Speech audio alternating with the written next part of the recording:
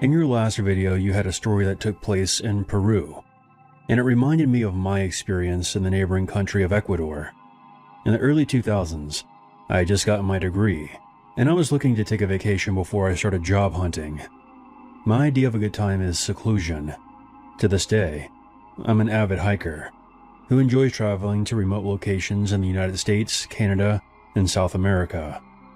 A friend of mine suggested that Ecuador had some scenic hiking trails and that tourism there is extremely low because of the country's severe instability.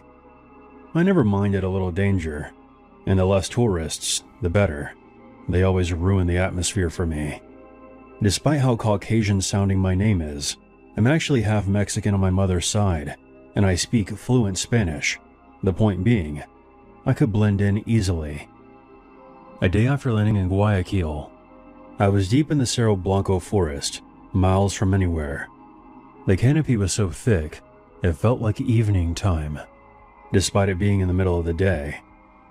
I came to this location specifically to capture a photo of what they call the cloud forest, where trees become shrouded by low-hanging clouds, which creates a sort of localized fog area. But during my hike, I came across something very out of place. A white box truck, parked right in the middle of the forest. There was no road, no clearing, just trees all around it. I thought maybe the truck had broken down and was abandoned, but the truck looked like it was in good shape. I found it odd, but I wasn't looking for trouble, so I kept moving. That's when the first arrow flew right past my head, missing me by inches. Before I could even process what was happening, another arrow struck me in the shoulder. The pain was instant and burning. I ran as more arrows were shot in my direction. I came upon an area of tall bushes and dropped to the ground behind one of them, trying to make myself as small as possible. While I was hiding there, bleeding and trying not to make a sound, I saw a camouflaged figure emerge from the trees about 30 yards away, holding a crossbow. He moved slowly, scanning the area. He was clearly hunting for me. After what felt like forever, he finally disappeared back into the foliage. I soon heard the box truck start up and drive away. I stayed hidden for another 30 minutes. I knew not to remove the arrow, but I was still losing blood, and I had to get moving. I made my way back toward the parking area as fast as I could. When I finally reached the lot, I was exhausted and collapsed. Fortunately for me, several bystanders were there to help me. The police were called, and I was rushed to a hospital. A detective later came to speak with me when I was feeling better. He told me the box truck I saw was almost certainly being used by drug traffickers. The deep canopy of the Ecuadorian forests made perfect mobile staging points for moving narcotics. The man who shot me was probably guarding that shipment. It was in a remote location, but since it was near a hiking trail, the attacker may not have wanted to make too much noise, which is likely why they used a crossbow. I eventually made a full recovery and returned home as soon as I was able to. This happened in 2002. Since then, Ecuador has made a lot of progress and is a much safer place to visit now, but I have never returned there after that. There were a few articles written about what happened to me, but I can't seem to find any of them on Google. Over 20 years have passed, and I still go hiking whenever I can, and I always bring a handgun with me, if where I'm going allows it. It was around 2005 that I had to take a long hiatus, because that's when I met my wife and started a family.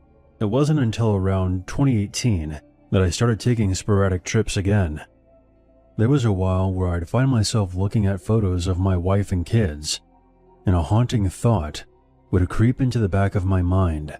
If that arrow had just been a few inches more to the left, I never would have met my wife, and my kids would have never been born. I likely would have disappeared forever. I was on my way back home to New Jersey from New York City. I had gone to go see a Knicks game at the Madison Square Garden that night. For full context, I went to a nearby nightclub and did a bit of drinking before heading back. So by the time I left the club, I was feeling a bit inebriated. I was absolutely not going to get behind the wheel of a car at night in the middle of New York City. I made my way to Penn Station and took the train to Times Square, got off, and walked over to the Port Authority bus terminal. Once I got there, I saw that it was empty. Not a single soul in sight. Suddenly, I was pushed from behind, and as soon as I fell to the ground, I felt at least 3 people kicking me while I was down. I curled up into a ball as I was assaulted. I then felt my wallet being taken as I just laid on the ground, completely defenseless. The 3 assailants ran off, and I was left there with no money or identification.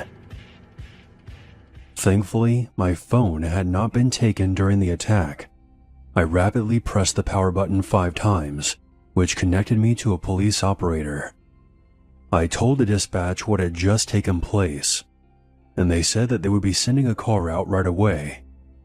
I was still pretty shaken up about what happened, breathing heavy, and my words were trembling as I spoke. I turned my head to the right to see a knife laying there. It must have fallen out of one of the robbers' pockets as they were kicking me. I'm just glad it wasn't used on me. The police got there in under 5 minutes, along with the EMTs. I was rushed to the hospital, where I told my story to the police. After being treated, I was released the next day. I'm still pretty upset that I lost $300 in cash, along with all my credit cards and driver's license, but my life is more valuable than any of that stuff. I'm still in communication with the investigators assigned to my case. No arrests have been made yet, and I'm not sure if they'll ever be able to track them down. If the police do end up catching them, I'll be 100% pressing charges. This story has become all too familiar within our society, especially in New York City. As a victim who was traumatized and beaten, we should never accept this as normal. People should be allowed to walk down the streets or ride the subway and not have to worry about being attacked or harassed. I hope that by sharing my experience, it'll help others be more aware if they ever plan on visiting the big cities, because this problem is nationwide. My name is Muhammad. I am a practicing Muslim living in New York City. Back in 2015, I was always bullied in middle school for my religion. There were 2 bullies in particular whose names were Frankie and Johnny. They would take things to an extreme, which included assaulting me, chasing me, shoving me into lockers, and they even ganged up on me one time to dunk my head into one of the toilets. Funny enough, I had some friends who would preach about social injustice and Islamophobia in America, but they did not step in when they saw me being bullied. It was approaching the first weekend of December. My parents wanted to go upstate to our countryside house, which was located near the Catskill Mountains. I invited my best friend Jaden to come along with us. We drove out of the city at around 6 p.m. on a Friday night and got to the house around 8:30. After unpacking, we all went to bed. The next morning, Jaden and I wanted to go geocaching, since the house was right next to a state forest which had plenty of hiking trails. If you don't know, geocaching is an outdoor activity where you use a GPS device to find hidden containers, kind of like a treasure hunt. Jaden and I have been doing this since the 1st grade. My parents gave us permission, but we were only allowed to do it for 4 hours. So, we then set off into the forest. An hour and a half passed, and we had already located 4 treasures on our hike. We were now near a waterfall, and the next box was 0.4 miles away from our current location. As we were walking and trying to locate the next geocache, we heard something moving around behind us.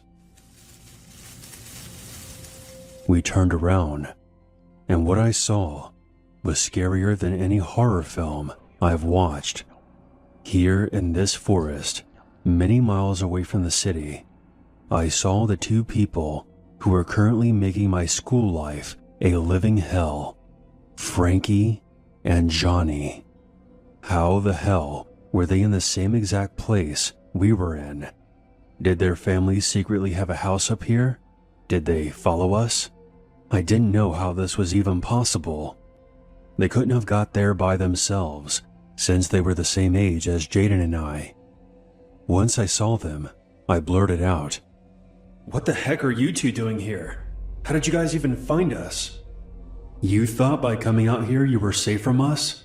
I don't fucking think so." We then saw a large knife in Frankie's hand. I didn't have time to think about how crazy this situation was. Jaden and I were now in danger. Suddenly, Johnny sprinted toward me. Before I could even run, he shoved me to the ground and held me down. Johnny was much bigger than me, and it was impossible for me to escape. He grabbed the back of my neck and forced me to the edge of the waterfall. There were no safety bars to prevent me from falling over. Was Johnny actually planning on killing me? I was now terrified for my life. I heard Jaden yelling for help, and I remember seeing him being held down by Frankie, who still had the knife. Both of our lives were now in danger. As Johnny and I neared the edge, I tried my best to break free, but it was no use. I clearly remember him saying, "This is what you fucking get. You bastards killed my uncle." His tone was downright demented. I pleaded with him not to kill me, pointing out that my family was born in America, but he didn't listen. I started to shout, hoping somebody would hear me. Then from behind the four of us, we heard a gunshot. Johnny immediately let go of me. There was a man dressed in hunting gear, with a rifle in his hand. Now, before you make any assumptions, let me clear him of any wrongdoing. We were in a non-hunting section of the park, but we were also in an area that bordered a private property that did allow hunting. There is a barrier of fencing that separates the two properties, but there are several ways to get past it. This man must have been hunting nearby, heard us struggling, and came running. The gunshot we heard was him firing his rifle into the air. "You two, let them go and get the hell out of here." Frankie and Johnny then disappeared into the forest. The hunter made sure that we were okay and offered to escort us back to the house. We accepted, since we were still worried about Frankie and Johnny surprising us again. If they followed us all the way out here, it wasn't out of the realm of possibility. On the way back, he asked us who those two guys were. I told him the truth and said that they were school bullies and that they somehow managed to follow us all the way from New York City to this upstate forest. The man was floored by this, telling us that the kind of people who would go to those lengths are dangerous, and there was a very real possibility they would have killed the two of us. We made it back to my parents' property about 10 to 15 minutes later. We had a lot of explaining to do to my parents when they saw us being followed by a man with a rifle. We told them that this man saved us from two bullies who would constantly harass me at school. They didn't believe the story at first because, frankly, it sounded insane, but they spoke to the hunter who backed us up. After hearing the full story, they were in shock. After some discussion, we all agreed to go to the local police station, even if it meant the hunter would get into trouble. Under the circumstances, hopefully the authorities would understand.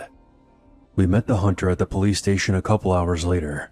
We gave our statements as my parents waited in the lobby. They thanked us for coming forward and said that they would try to get in contact with our school back in the city. Hearing them say this put me in a much better mood. The hunter was let off with a warning for discharging his rifle in a restricted area. The remaining time at the country house was pretty chill.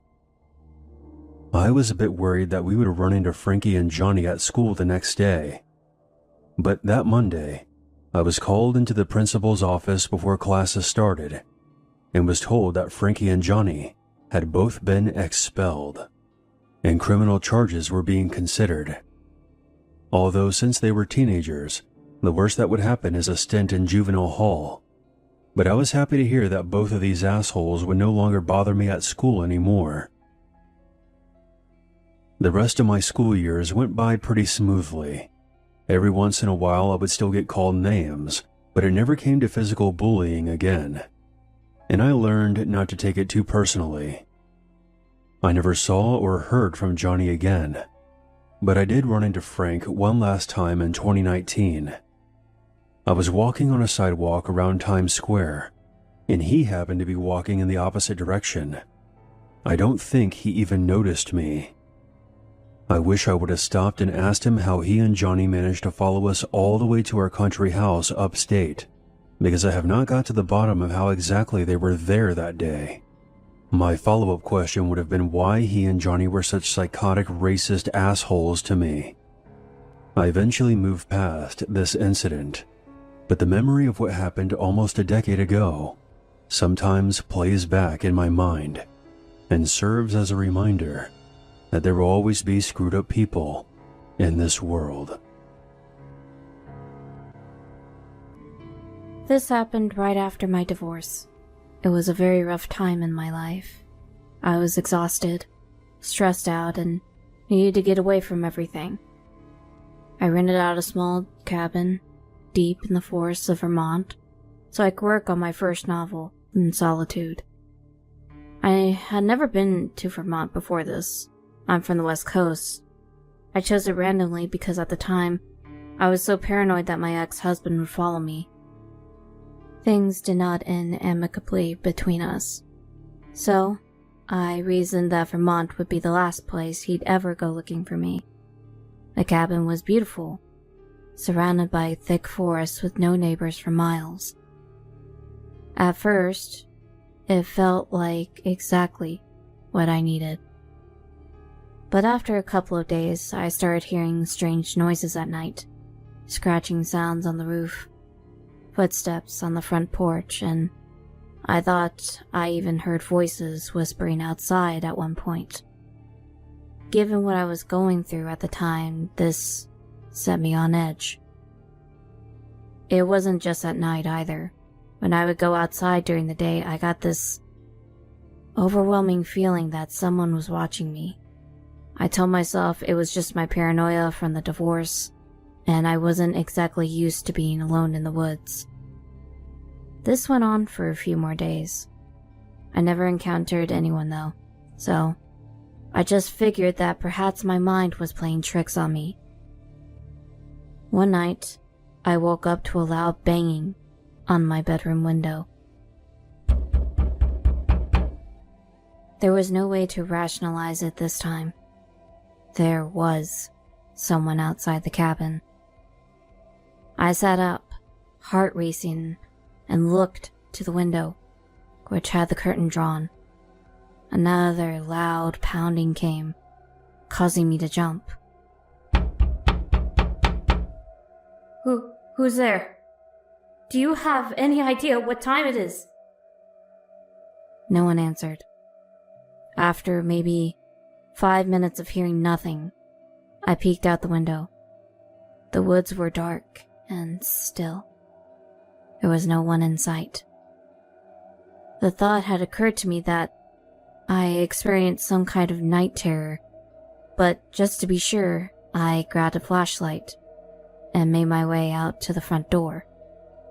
Once I saw that there was no one on the front porch, I opened it carefully, then shined the light into the yard. That's when I saw them. There were maybe 10 men total, standing silently in the front yard and among the trees. All of them were wearing black hoods that covered their faces. In fact, that was the only thing any of them were wearing. They just stood there, like nude statues staring at the cabin. I'm not sure if I screamed or yelled at them, but it wasn't long after they all began to pleasure themselves. I was disgusted beyond words, but then I suddenly became more terrified than I had ever been in my whole life. Those freaks outside could easily force their way into the cabin.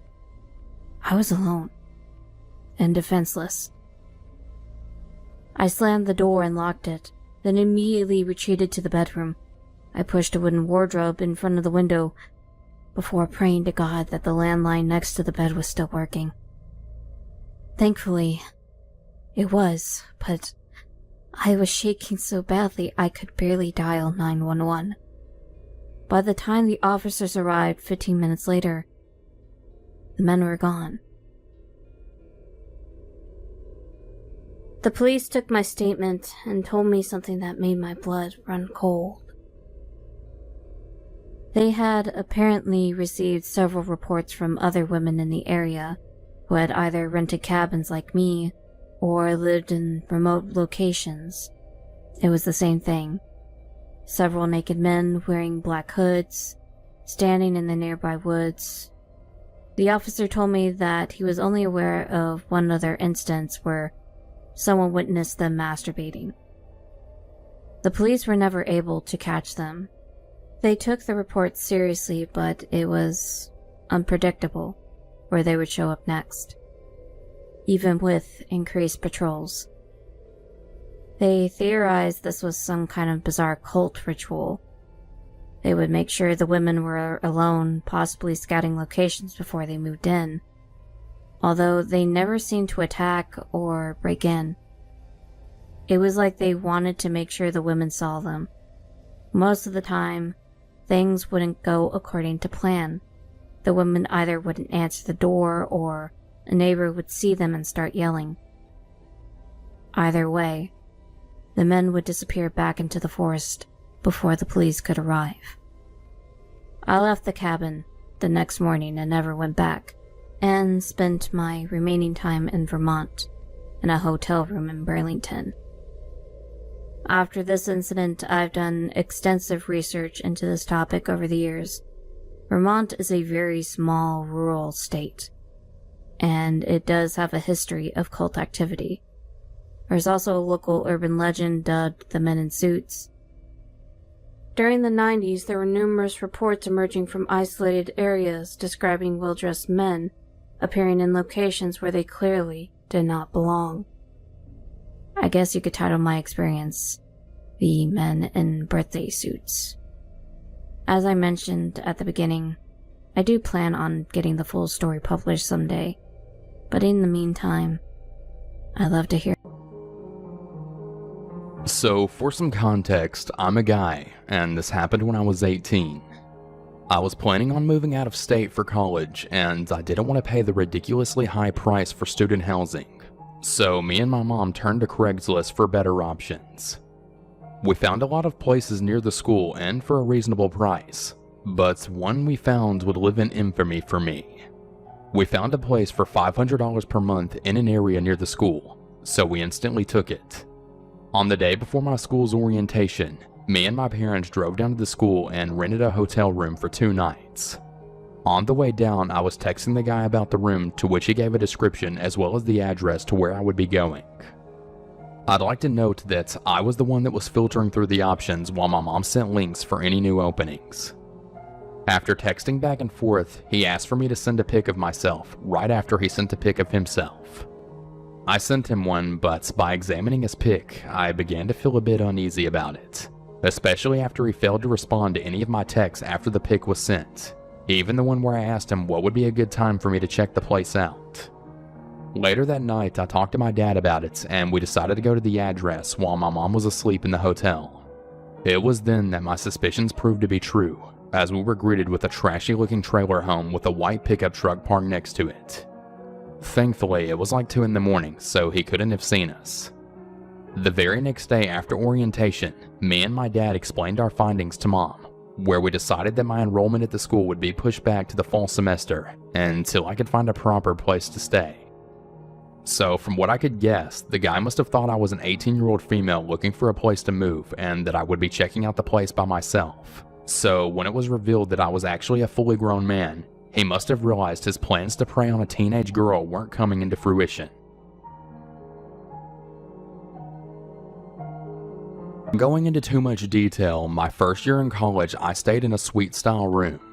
2 of us in one room and 2 in the other, and we shared a bathroom outside of our doors. Long story short, by the end of the year, the suite mates and I became great friends, and we alienated my roommate of the group. She ended up being a really hateful person. We decided that our second year we would try to get rooms together. We ended up only getting 2 of us in the same room, and the third person had a single. My roommate Cora was my roommate before. Now, Cora smoked a lot of weed. She couldn't go to any class without getting absolutely stoned. Now, I didn't have a problem with this, but I didn't smoke.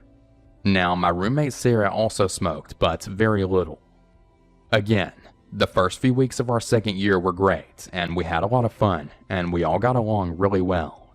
That is, until Cora flipped the switch and changed completely. The first red light was when I asked her if she could cover herself when she got out of the shower. She would shower and stay completely naked and walk around the room, and I explained to her how it made me uncomfortable. She was fine with it. I didn't care if she wore a towel, but just not butt naked in the middle of the day in our tiny room. Next came the weird instances. Sarah came over quite often and slept on the floor between us, and we had a lot of laughs throughout the night. But there was one night when Sarah was awoken by someone reaching over to her very close, too close, and they were brushing her chest. She just froze and pretended she was asleep. She opened her eyes a little while later, and Cora was staring at her in the complete darkness. No phone, just staring wide awake. From here on, things just went crazy. She would scream at the top of her lungs in the shower and after because she couldn't walk around naked. She began to pluck every single pubic hair while laying in bed under her blankets, making herself bleed. She also started punching things repeatedly, and overall she made the environment extremely hostile. After a few weeks of this, I decided to spend most of my time in the study room down the hall that was only big enough for one person. Cora and Sarah were in the room, and I see Sarah run frantically down to the study room door and ask if she can come in. I waved her in, and she was in a state of complete panic. While I was in the study room, Cora had a complete breakdown. She threatened to hurt me and how she was waiting until I got back so she could strangle me.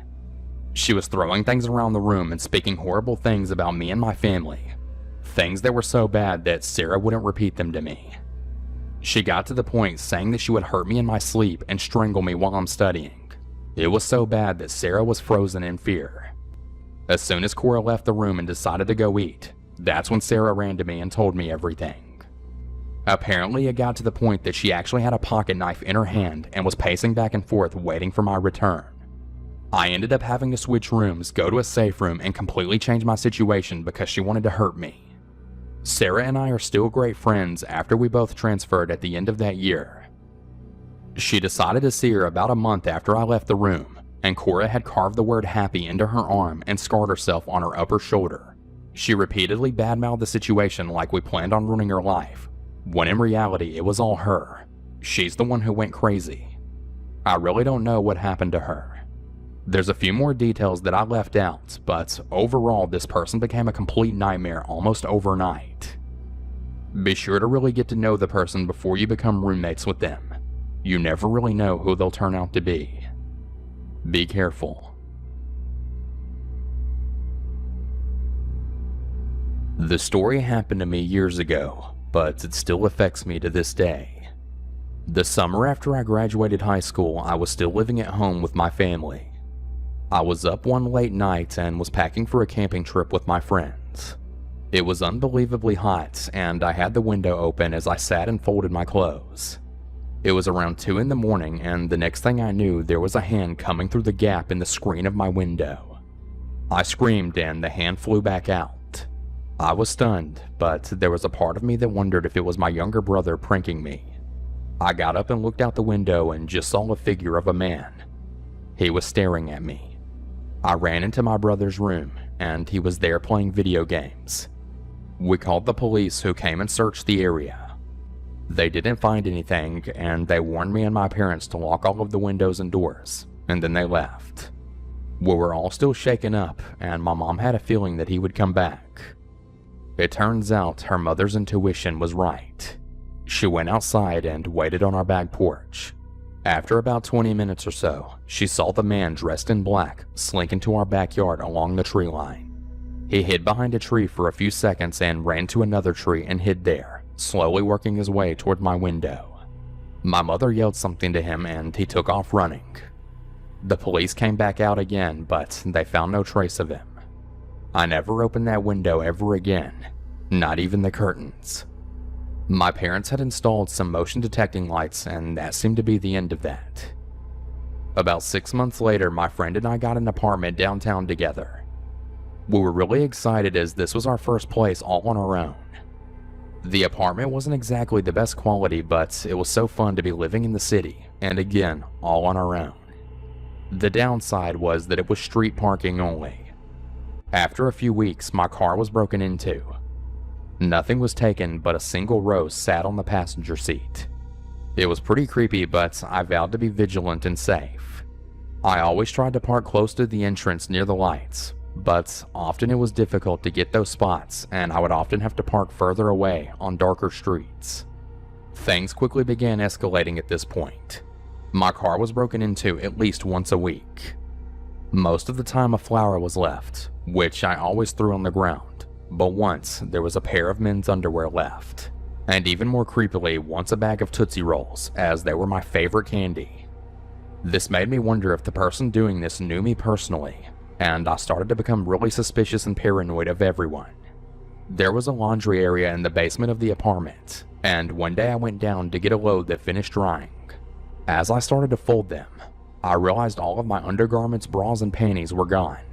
I mean, they were completely just gone. Another week I had a male friend over from school and his tire got slashed during the visit. By the time the first letter arrived, I had already started making plans to move elsewhere. The letter described a love for me that had been going on for years. He began to note things that proved he had been watching me very closely. I was able to arrange for another friend to take over my lease, and I moved in with another friend on the other side of the city. It was a secured building and had an underground parking garage that was only accessible to tenants. I felt much more secure, and the extra money spent was well worth the peace of mind. Things were quiet for a few months, and then my roommate got a boyfriend. Most of us were wary of Ashley's new boyfriend from the beginning. For one, they met on MySpace after he reached out to her. Another reason was that the new boyfriend, Matt, was extremely good looking. And while Ashley was a wonderful person, she just wasn't the type you would typically expect to date someone like him. Ashley was thrilled. She had never had a boyfriend and had really felt like he was her Prince Charming. I thought he was weird and creepy from the beginning. Matt was on the quiet side, and he always seemed to be sporting an uncomfortable, leering smile. It was difficult to carry on any sort of conversation with him because he would always make it weird with some kind of random fact that was completely unrelated to what we were talking about. I had deleted my MySpace when the initial stalking began, but I created a dummy account to learn more about Matt. It didn't look like he really knew any of his friends in real life. There were only pictures of himself, and the rest of the information was vague. My friends and I gently tried to discourage her from dating Matt. He technically hadn't done anything wrong, but he was just strange. She would immediately get defensive and would shut the conversation down immediately. Matt started to spend more time at the apartment, and I found myself finding any excuse I could to avoid coming home. One day I came home from work and I found Matt on my couch alone drinking a beer. Ashley had been called into work and she told him he could just hang out until she got home. I was furious because I didn't want to spend any time with him, so I grabbed a beer and a snack and headed off to my room and shut the door. After about 30 minutes or so, he knocked on my door and suggested we watch some TV and get to know each other better because we both loved Ashley. I didn't want to, but decided that maybe I needed to give it a try. Give him the benefit of the doubt, if you will. He put on a movie and I tried to just focus on the movie because I didn't want to talk. At one point I glanced over to Matt and he was just staring at me with a smile on his face. I snapped a, "What? What are you looking at?" at him, and he just continued smiling and said, "I don't know. I just can't believe it." "You can't believe what?" I asked. He then said nothing and went back to watching the movie, still smiling. I had no idea what he was talking about, but the interaction had every hair standing up on my body. I then excused myself and then locked the door to my room. Another month or so went on, and I had managed to avoid being home for anything other than sleep and showering. Matt practically lived there now, and he had even brought a bunch of his things into Ashley's room. I really didn't want to move again, but I was beginning to look for other options. On their 6-month anniversary, I saw a huge bouquet of flowers on the table, and an already open card propped right next to it. I rolled my eyes and was about to leave when I decided to see what the weirdo wrote to her. When I opened the card, my heart started beating through my chest. Without even reading the words he wrote, I was shaking. The handwriting was exactly the same as the one my stalker had sent. I had kept them as evidence and dug them out of my desk for comparison. The handwriting was unique and identical. Matt was indeed the stalker. I called the police first. As they were on the way, I called Ashley and I asked her to come over immediately. She said she was at work but said she would be there when she could. I was really freaked out to tell her because I knew she would be shattered. The police took a statement from me and actually went to Ashley's work to get more information from her, and they ended up breaking the news. Apparently, Ashley called Matt and left a furious message, even though the cops told her not to say anything, and he completely disappeared after that. There was no Matt or anyone matching his resemblance at the place he said he worked. Ashley had never been to his apartment because he said he had been staying with friends while trying to save money for a trip to Europe. His family lived out of state and she had never even met any of his friends.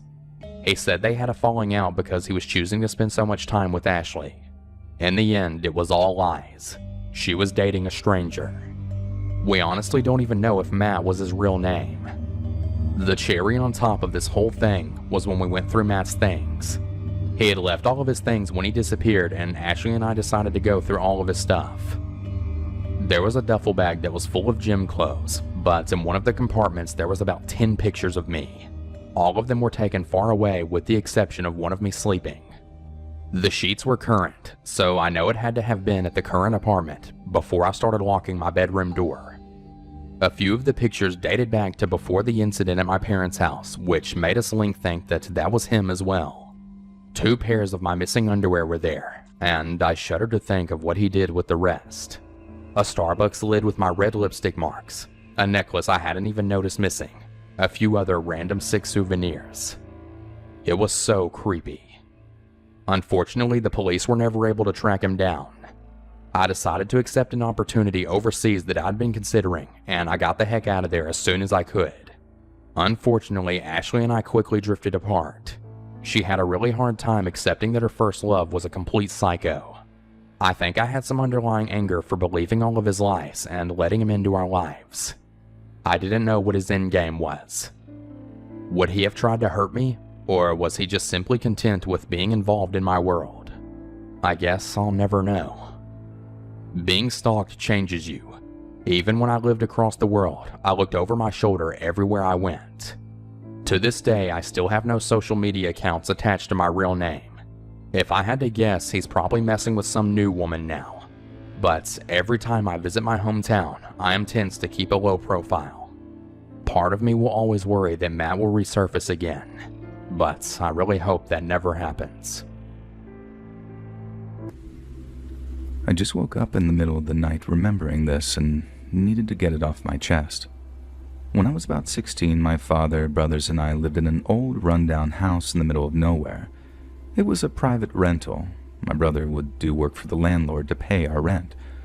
Our landlord never came off as particularly creepy, but that could be because I rarely went outside when he came over to talk to my dad, and he wouldn't dare do anything in front of my father.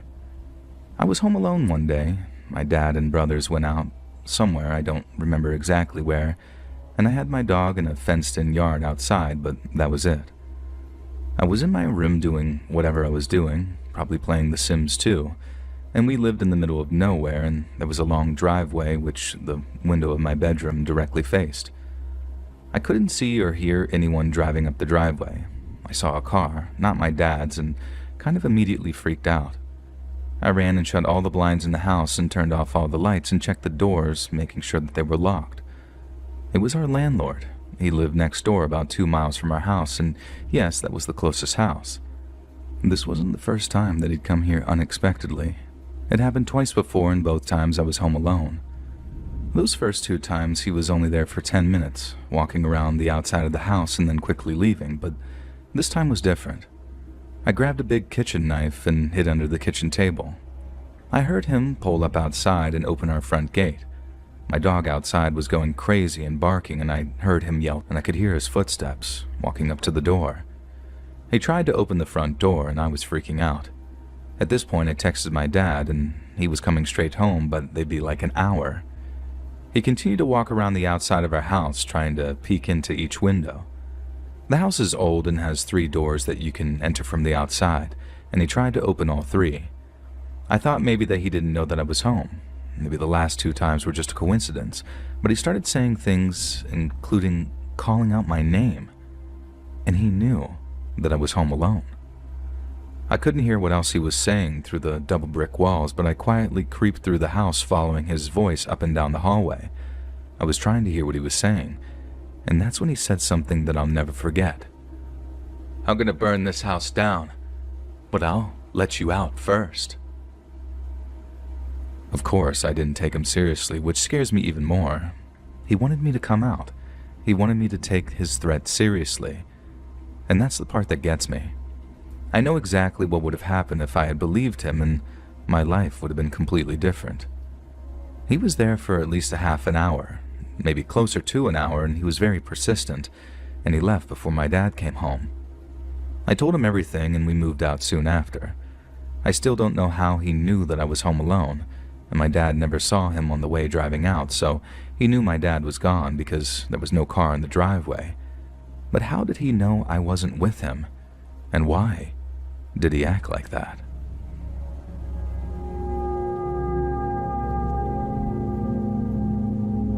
So this actually happened about 2 hours ago. I, a 26-year-old female, and my boyfriend, 36 years old, decided to go to the store to get oil. We had to drive 45 minutes to a European store located in a rough part of the city, but it's the only place that carries the exact foods I grew up with. My family and I are from Ukraine, but we now live in the US. It's challenging to find authentic stores that have exactly what we used to eat, and this is the only place I've found that even has the same brands. And as we're driving, we were on a 3-lane road and needed to get into one of those midsection U-turn lanes. We moved into our left turn lane, and suddenly, a black car sped from the far right lane, cutting through the middle lane, and nearly hit us as it forced its way into our lane. My boyfriend and I were shocked, and then the car stopped at a green light meant for the U-turn. My boyfriend gently honked twice just in case they were distracted to let them know that it was their turn to go. They moved forward, and we turned into the parking lot directly to our right, heading to the store we needed. However, the car just cut us off and then swerved across 2 more lanes and drove onto the sidewalk, entering the same parking lot, and started tailgating us aggressively while laying on the horn. My boyfriend decided to drive a bit further into the lot rather than parking directly in front of the store. At that moment, I realized that his car camera, which usually records the front and back while driving, wasn't on. I tapped it, thinking that it would start recording, but it didn't. We realized that it had somehow disconnected from the car. As my boyfriend was trying to plug it back in, the black car pulled up next to us. I saw 3 young men, probably around 18 to 20 years old, inside. They were all African American, and the driver rolled down his window and started reaching for something, and I panicked, screaming at my boyfriend, "Just drive, go, go." He slammed on the gas, and we sped off with the black car still following us. My boyfriend suddenly started doing donuts in the parking lot, trying to shake off, while I was screaming, "Oh my God, call the police, I need to call the police." And I managed to dial 911 just as my boyfriend finished the last donut and began driving out of the lot. The black car continued chasing us until we got about 3 to 4 blocks away from a police station. The 911 operator asked where we were, and in my panic, I stuttered trying to describe our location. My boyfriend, who used to drive for Uber and knows the streets well, shouted out the road as we were passing. The black car kept following us until they probably realized where we were headed and suddenly swerved off onto a random road. At some point, the call disconnected, but the officer called me right back and stayed on the line with us until we arrived at the station. We explained what happened, and the officer was kind, and he even offered to escort us back to the store in case those guys were still around. We showed him the skid marks in the lot, and he joked about them, and everything was all good. He did some paperwork while we were quickly grabbing the sunflower oil that I wanted, and my boyfriend tried some authentic Slavic ice cream for the first time, which he agreed was much better than American ice cream. We decided to cut our day short and thank that officer and went home. My boyfriend said that he was amazed at how quickly I made the right decisions and was surprised I even called the police because he knows I have a history of being assaulted by 2 on-duty officers 4 years ago, which has left me terrified of calling or speaking to the police. But in that moment, I was so scared of getting shot, and my only priority was to have the police there to keep my boyfriend safe if something happened to him. I was so terrified that my chest actually hurt, and I'm so happy that we're safe now. My boyfriend was now laughing, saying he can finally prove that front-wheel drive Dodge cars can do great donuts.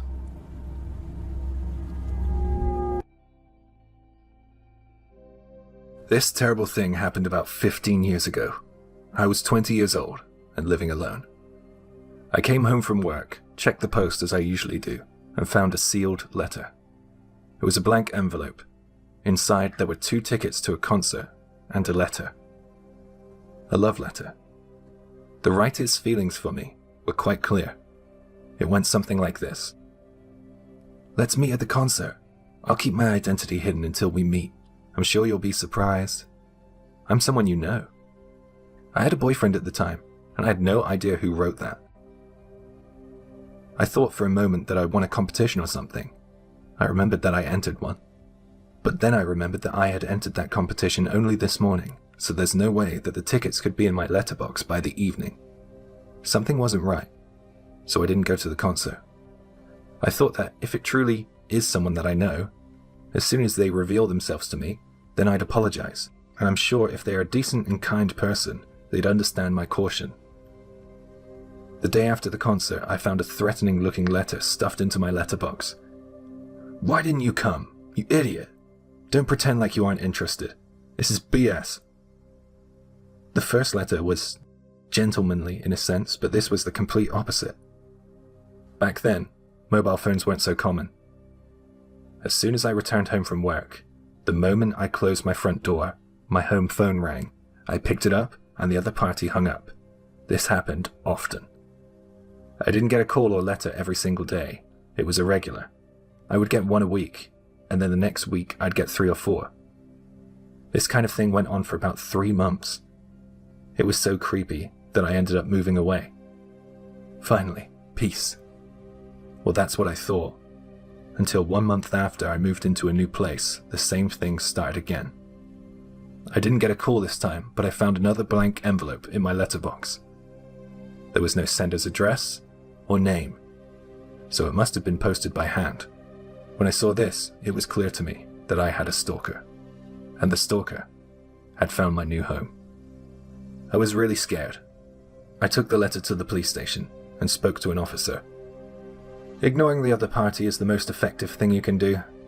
As soon as he realizes that he's being ignored, he will stop. This advice doesn't solve anything, I thought. Then the officer said, "Look, women who live alone often get lonely, right? And sometimes single ladies have a tendency to allow harmless antics to get blown out of proportion." He laughed and thought I was delusional. Back in those days, the word stalker wasn't widely recognized in Japan. The laws in place aren't what they are today. I felt so sad that he didn't try to help me. He didn't back me up. It was like he took the stalker's side. I'll just move again, I thought. But around that time, my boyfriend and I were talking about marriage, so I moved back to my parents' house while we talked it over. My parents' home was in the same prefecture, but it was way out into the sticks, so commuting to work was a real pain. But I thought, at least I'd be rid of the stalker. I was wrong. Carnage and bloodshed were right around the corner for me. I finished work and headed towards the train station. On the way, a man stood blocking my way. When I tried to go one way, he stood in that way, and when I tried to go the other, he blocked me again. He towered over me. He was peering down at me. His jaw hung open, and he was breathing through his mouth. It's him. It's my stalker, I thought. But I didn't recognize him. Why didn't you come? He muttered. For a moment, I didn't know what the hell he was talking about, and then suddenly I remembered. The tickets. I knew he wanted an answer, but I couldn't say a word. It was rush hour. People were all around us. I wasn't terrified, but I was scared. It was risky. So I said in quite a loud voice, for the benefit of those around, "Excuse me, please let me pass." As I said this, people, all around, looked in our direction. But then my stalker did something unexpected. He turned and ran into the busy street. Right before my eyes, he was hit by a car. You may think this is quite cold-hearted, but I just thought as I rode the train home, that is not my fault. I was kind of happy that the harassment might be all over. In case you're wondering, he lived. However, one of the stalker's colleagues saw this all unfold. This guy said that it looked as if we were having a lover's quarrel. And when the stalker got hit by the car, he said that I pretended not to notice, or feigned ignorance and just walked off. This rumor was spread around by the stalker's co-worker. Every year my company, and other companies in the same line of work, have a sports day, for a bit of friendly competition. I remember talking to a few people, but there were so many people I can't remember who I spoke to very well. Apparently this is how I met my stalker. I'm usually really good at remembering faces, but I didn't recognize him. I found out that he came to my company a few times a week.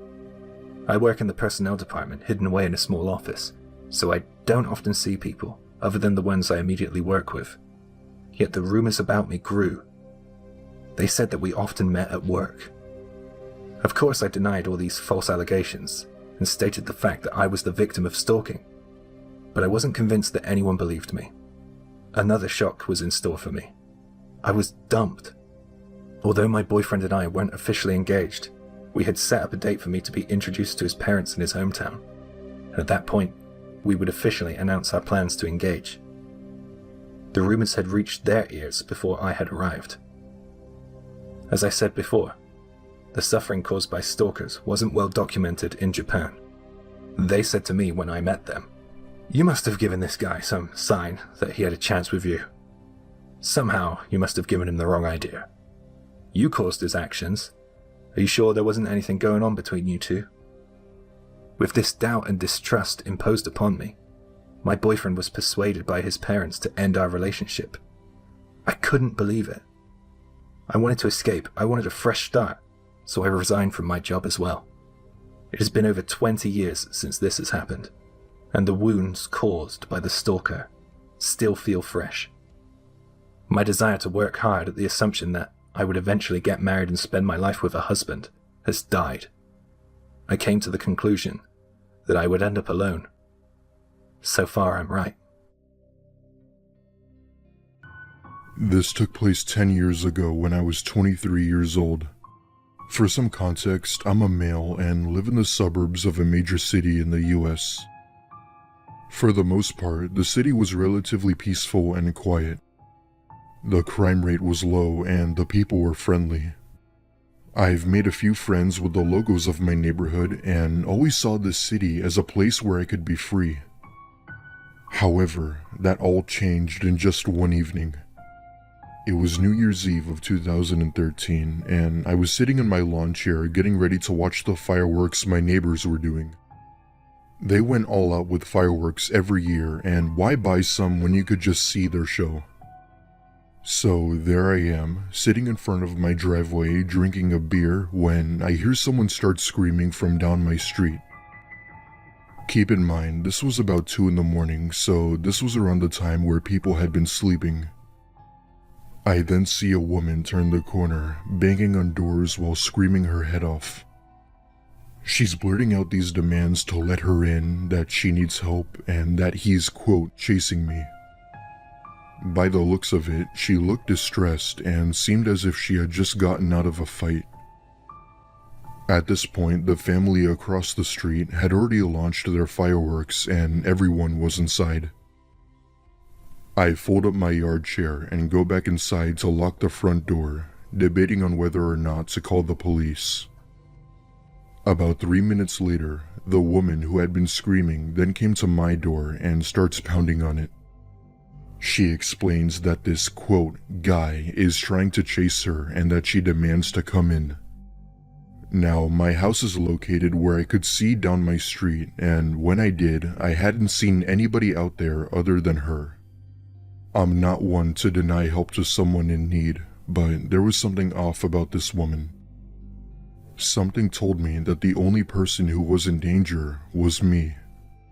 She's pleading for me to let her in, and I tell her that I couldn't, but that I could call the cops if she'd like me to. She disregards my offer and still insists on letting her in, only this time in a more demanding tone. I tell her no once again and to please leave my property. It was only when I said that where she then leaned in closer and said 5 words that have haunted me ever since. You made the right decision. After she says that, her demeanor completely changed. She was no longer screaming and she no longer looked distressed. She just turned around and walked away into the night away from my house. I never saw that woman since that day, and I hope I never have to. Throughout my life, I've always thought that I lived in a nice city, but I guess I overestimated it. It's safe to say that scary things can in fact happen at night, because scary things do happen at night, especially on New Year's. This just goes to show you that nothing good happens after dark.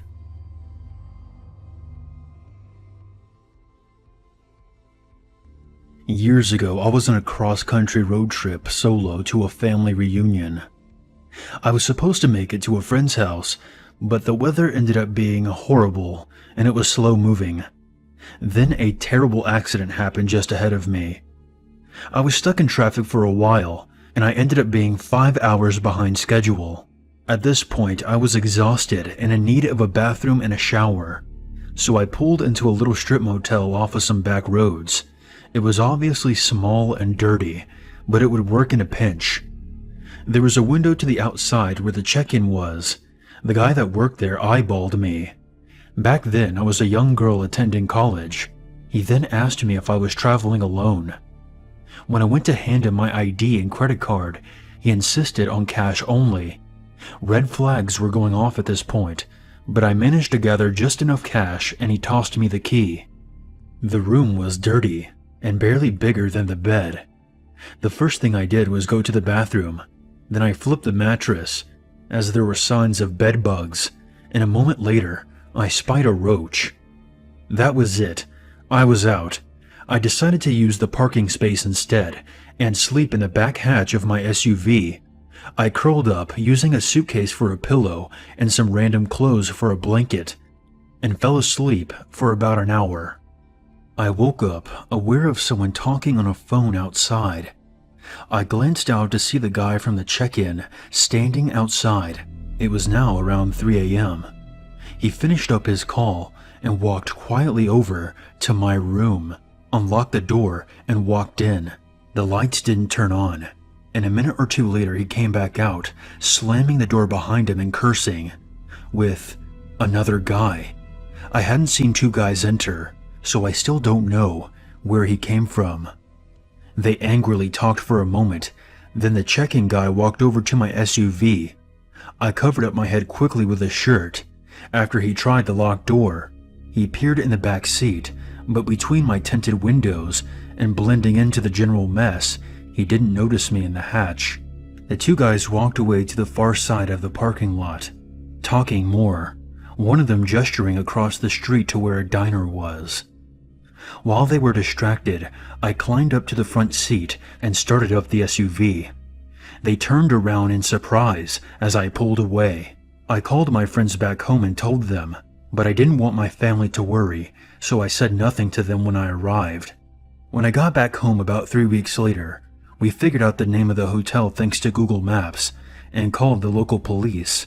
They told me the place had been closed down only days before I called. When I was younger, each and almost every New Year, my family would pack the car and go on a road trip to visit family in Mexico. We never had any problems until one particular trip when I was 8. Like every road trip before, we left our home in North Texas around 6 p.m. in order to reach our destination the next morning, around 2 a.m. We crossed into Mexico, and this is where things got weird. When you're on the only stretch of freeway in the middle of the desert, you don't tend to freak out about having the same car behind you for miles. It was practically pitch black outside of our car windows, the only visible shapes being the dotted stars and the eerie silhouettes of cacti. We had been in Mexico for about an hour and still had a few more to drive. I remember sleeping but still being semi-conscious of what was going on around me because I really don't have the skill to really fall asleep in a car. So when my mother suddenly spoke my dad's name, I heard her. "Miguel, that car behind us. It's been behind us since we left Laredo." My dad peeked at the car and shrugged off my mother's tension. "Lots of cars use this road. He's probably going to Reynosa or another city." And he left it at that. Despite his reassurance, my mom kept a weary eye on the car behind us. By this time, my siblings and I were hyper aware of the car and entertained ourselves by watching the car through the gaps in the luggage that was blocking the rear window. We got tired of that pretty quick. "He's getting closer," my mother noted, and we all turned to watch the car inch closer and closer to ours. "He's too close, Miguel." And she was right. By this time, the car was practically pressed against the rear of our car. On a lonely stretch of highway in the middle of nowhere, with a few hours until daylight, it was downright scary. We couldn't do much. My dad didn't slow down, didn't stop, and he didn't speed away either. He just drove, and the car followed. The next 30 minutes were the most tense we had ever experienced. The car would ease off sometimes, only to press its blinding headlights against our rear once more, like he knew he was freaking us out, and enjoying it. It was during one of the periods that the car had pulled away that Mom spotted a police car up ahead, parked on the side of the road, and she didn't miss a beat. "Miguel, pull over right now in front of the police." And he did. The car kept driving. I wonder how confused the policeman must have been as he watched my dad park the car right in front of him. The policeman came over and asked what was wrong, and my mother urgently told him everything. The car, the way it followed us and taunted us. The policeman took her claims very seriously and told us how people were victimized and had their cars stolen on these empty highways by thugs and criminals. He then offered to drive behind us for a while to make us feel safe. We drove off with the police cruiser behind us, relieved, until about 10 minutes later, when we saw something that confirmed the policeman's words and my mother's worst fears. We saw the car that had followed us pulled over on the side of the road, waiting. I was on a cross-country road trip with a colleague. We were driving through West Texas on a major highway. In the area we were in, even the major highway was pretty desolate. There had been a truck stop or gas station about every 100 miles, and every one of them was solitary with no other buildings in sight. There weren't really any towns. The exits were places to get more gas to get to the next gas station. And my colleague had been driving for about 4 hours. I can usually drive about 8 before I get tired. I go on frequent road trips, but she could only manage about 4 or 5 before it was my turn again. We were also getting low on gas, at about a quarter tank, and you learn from road travel to fill up when you get the chance. So she was looking for a gas station as we drove along. It's really corny, but we were talking about fate and destiny, and how the weird did at the time. That kind of conversation gets me keyed up and worried, so I was trying to change the subject. She took an exit while we were talking, and I got out my coffee mug so I could fill it up, as it was my turn to drive. We pulled into a typical Nowhereville gas station. It had a trailer out back. I assumed, thinking back, it was probably where the people who owned it lived. There was another car parked in front of the doors off to one side. We got out, still talking, and walked up to the double doors, each of us grabbing a door handle. The doors were locked. I turned and looked around to see if there was a sign. Sometimes places will put up, "back in 5 minutes," and I noticed several things in succession. The coffee pot inside was halfway done, brewing a fresh pot of coffee. The monitors that showed the store were visible from the outside, where we were, but all of them were showing static. There was a splash of bright red on the door in the back of the place, which was closed. I suddenly realized that I was looking at a huge streak of blood with handprints in it. Every hair on the back of my neck stood up. My friend began shaking the door and yelling, "We need to get gas." But I had already turned and walked away from the doors. I then said, "We have to leave now." I grabbed her by the arm and started propelling her back to the car. Now I noticed the other car in the lot had no plates. It was dingy and had dents. There was an empty gun rack in the window of it. I ran to the car, dragging her with me. She seemed to take forever to open the doors. The whole time she kept saying, "But we need gas." Well, I tried to explain to her, "There's blood in there. Blood." After what seemed like a year, she pulled the car out. When we were backing up, I saw through the windows that the back door to the gas station was opening, but we had pulled away before anyone came out, thankfully. I was freaking out until we were about 20 miles down the highway. I tried to call the police, but I had no signal, and I didn't get one until we had driven about 40 miles and got to a truck stop. I called the cops.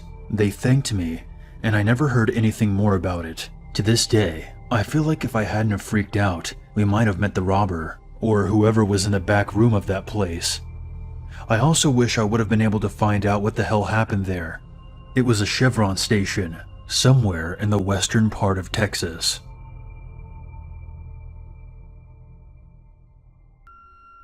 Last year, I was traveling back from college to go home. My college was about a 10-hour drive, and I had initially planned to drive through the night, but at about 2 in the morning, I was overcome with sleepiness, and knowing I still had about 4 hours to drive, I decided I needed to stop. I saw a sign for a rest stop, and I pulled off. The rest stop was fairly quiet, and I parked in the corner. I extended my seat back and closed my eyes. I was so tired that I fell right asleep. Sometime later, though, I woke up. I looked out my windshield to see it was still dark out. Then I turned my head to my driver's side window to see a man standing at the window, looking in. He had a beard, and as soon as he saw me looking at him, he started to smile. I freaked out and started scrambling to find my keys. He then tried opening my door. It was locked, of course, and then the man began knocking at the window. I found my keys that were in the cup holder and started my car as fast as I could. I pulled out of there and drove all the way home. I arrived home safely at 7 a.m. I never plan on sleeping at a rest stop again. A couple years ago, my wife and I were doing a cross-country road trip. We were heading west, and somewhere along the way, we stopped for the night at a rest stop. We didn't mind sleeping in our car, and we wanted to save money on hotels. This rest stop had a little building with bathrooms and some vending machines in it. At about 11:30 p.m., I went in it to brush my teeth. It had a pretty decent-sized bathroom, and it looked well taken care of. There was about 5 stalls and 5 sinks as well, and it had good lighting. I got out my toothbrush and started brushing. I noticed that someone was in the far stall on the end because I saw feet on the floor, but other than that, there was no one else in there. When I finished brushing my teeth, I left the bathroom and started walking back down the hall of the rest stop when I heard a stall door slam shut very loudly from the bathroom. Then it happened again and again. There was a stall door being repeatedly opened and shut. The man that was in there must have been slamming it over and over again. It kind of creeped me out, and I walked faster to get back to our car. Once I got back to the car, I was very tired and we went right to sleep. I woke up in the night and I really had to pee. I got out of our car quietly so I didn't wake up my wife. When I got out, I looked at my phone to see that it was 2:42 a.m. I walked back into the rest stop and into the bathroom. As soon as I stepped in, I remembered the man and I saw someone was in the far stall again. The shoes appeared to be the same as the man's before. The bathroom only had stalls, so I went in the closest one to the door. As soon as I shut the stall, I heard the one on the far end open. I heard the man walk from the end and then stop directly in front of my stall. I turned around to see through the crack that he was looking right at me. He then tried opening it. I said, "What do you want?" in a nervous voice. There was no answer. I had to think quickly of how I could get out of there. The man seemed to be insane. I stuck my foot under the side of the stall as if I was going to go under the stalls to the one next to me. The man moved a little to his left. At that moment, I pushed the stall open as fast as I could and into the man, pushing him back. I took off and sprinted to the door and ran out of the bathroom. He began chasing after me, and I could hear him about 10 feet behind me. I didn't bother to look back at all. I just ran as fast as I could. I ran all the way to my car, jumped inside and locked the doors literally 2 or 3 seconds before the man got to the car and started trying the doors before he started banging on my window. My wife woke up and started freaking out. She was very confused. I didn't have time to explain. I started the engine and drove off faster than I ever have before in my life. As I drove away, I saw the man just stand there and stare at me. My wife was in shock and I tried to explain everything to her. Eventually, we stopped at another rest stop about 20 miles down the road to sleep the rest of the night. But after that, we haven't been to a rest stop since.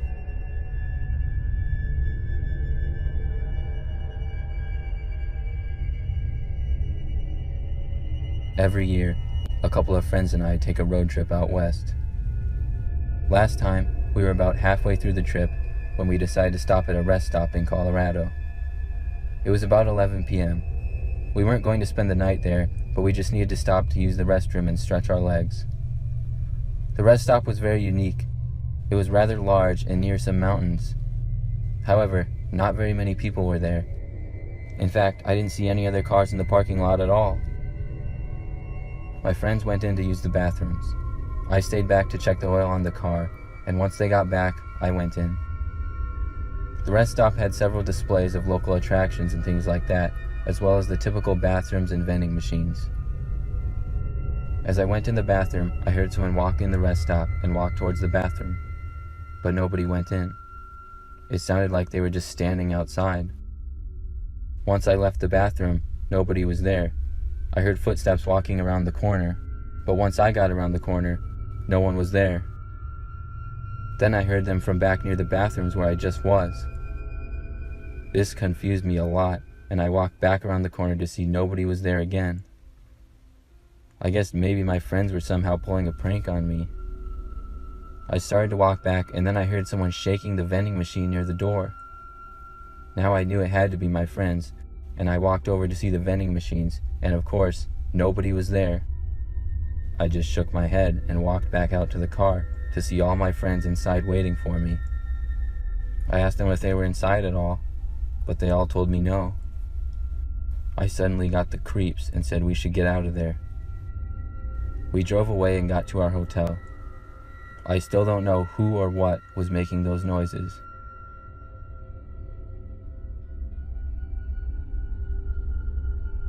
Last year, my parents and I drove to New York. I was 14 at the time. On the last day before arriving, we were in upstate New York and stopped at a rest stop to get food. The rest stop was rather large and busy. It had about 5 restaurants in it. There must have been at least 100 people inside. We went in and saw there was lines for every restaurant. My parents wanted tacos, but I wanted pizza, so I got in the line for pizza, and they went around the corner. I got in the end of the line. There was maybe 5 people in front of me. I stood there and waited. After about a minute, I felt 2 arms grab my shoulders. I thought it was my dad, but when I looked, it was some guy who looked like he was 50 or 60. He had on a leather jacket and grayish hair. He was smiling and asked me what kind of pizza I was buying. I told him cheese, and he said he would buy it for me. I said no thanks, but he insisted. I figured free pizza is free pizza, so I said all right. He talked to me the entire time we were in line, just asking me lots of basic questions about myself. I was hoping my parents would come over. I couldn't see them because the taco place was around the corner. Eventually, he got the pizza for me, and I told him I needed to get back to my parents. He told me he saw them go outside, and they were waiting for me, and started to lead me outside. Looking back, I can't believe I was so stupid, but I actually believed him. We walked outside, and we got towards the parking lot, but I could see my car, and my parents were not there. I started to turn around, but the man put his arm around my shoulder and kept walking. I asked him where we were going. He started to walk faster, and his grip got tighter. He just kept smiling and told me to shut up. I then told the man to let me go. He said shut up again. We reached his car, which was parked in the far corner. I was not going to get in his car. I yelled at him to let me go as loud as I could before he covered my mouth. I was able to get some people's attention. A woman came over to us. The man said I was just being difficult and everything was fine.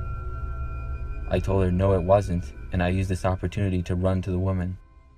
The man continued to try to pretend that I was with him, but I could tell the woman wasn't buying it, and I told her to call the police. At this moment, the man got into his car and drove off. I am disappointed to say I didn't get the license plate, but I did get back to my parents, who called the police, and they questioned me. I don't believe the man was ever caught, but I'm sure glad I wasn't abducted.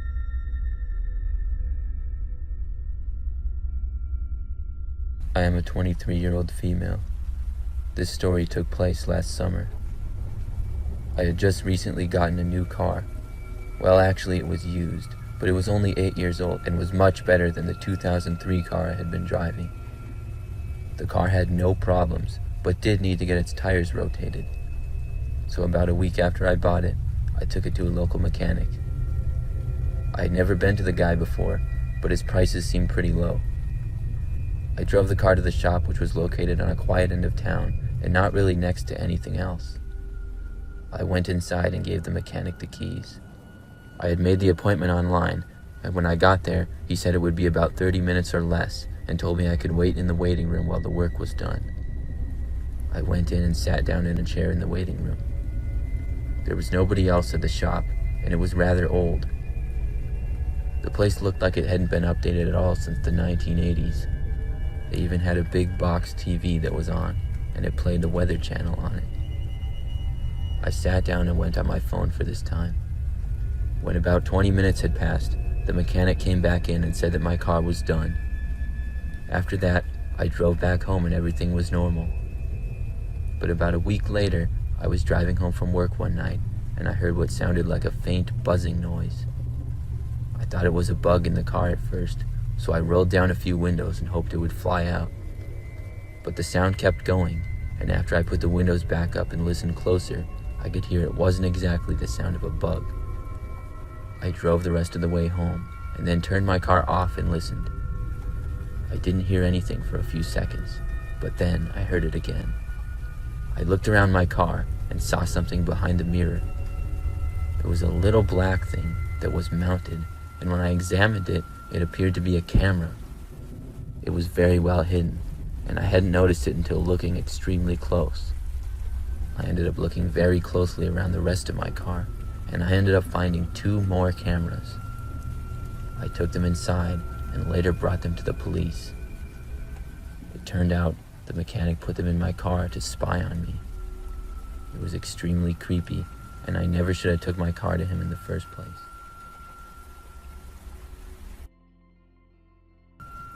This story happened my junior year of high school. Our school started pretty early in the morning, and I always had a very hard time getting up. Occasionally, I would say about once a month, I would sleep in and miss the bus. That meant I had to ask my mother to drive me to school on her way to work. She didn't mind, but was always a little disappointed. On this one particular occasion, I overslept by a lot and missed the bus. My class had already started, so I got my mom to drive me to school. When I got to school, I went to the front door and had to show my school ID to be let in. They then gave me a pass to get to my class. But I really hated walking into my class late and disrupting it.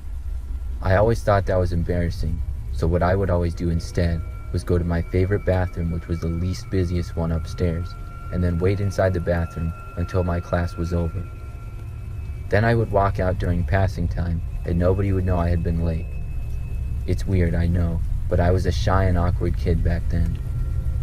On this particular day, when I arrived at the bathroom, I was disappointed to see that it was being cleaned by a janitor. I walked down the hall to a nearby storage room that I knew was rarely used. I went inside and shut the door. I went to the wall and went behind a few boxes of equipment. Then I took out my phone and my headphones to pass the time remaining of class, which was roughly about 10 minutes. Finally, class time was over, and I emerged from the closet and back into the halls of the school. But when I did, the halls were empty. I walked to one of the main hallways nearby, which was always very crowded during passing time, but there was still nobody there at all. I double-checked my watch and the time on my phone several times to make sure the time was correct.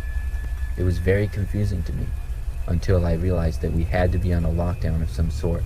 It was the only thing that made sense. As I approached a corner, I heard footsteps. I didn't know if this was a drill or if it was the real deal, but I did know I could get in trouble for being found in the halls, so I went back to the storage closet I had been hiding in. I made it back without being seen by whoever the footsteps belonged to.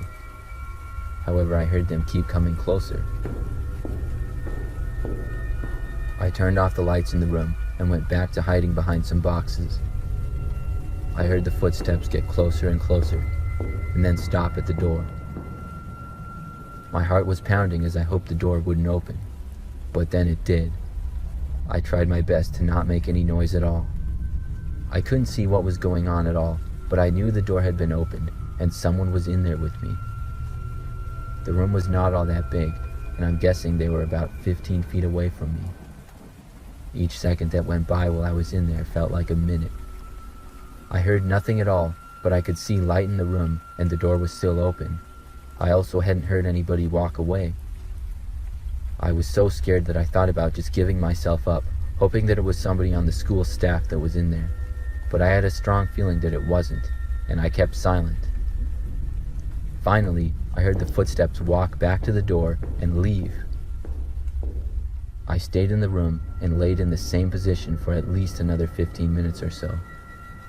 Finally, I could barely hear an announcement come over the school intercom, followed by the sound of students walking down the hallway.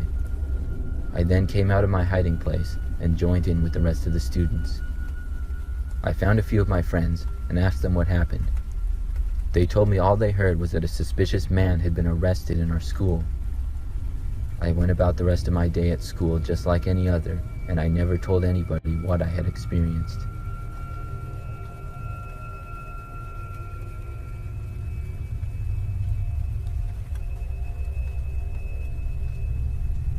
This happened around 5 years ago. I was in 8th grade at the time and in middle school.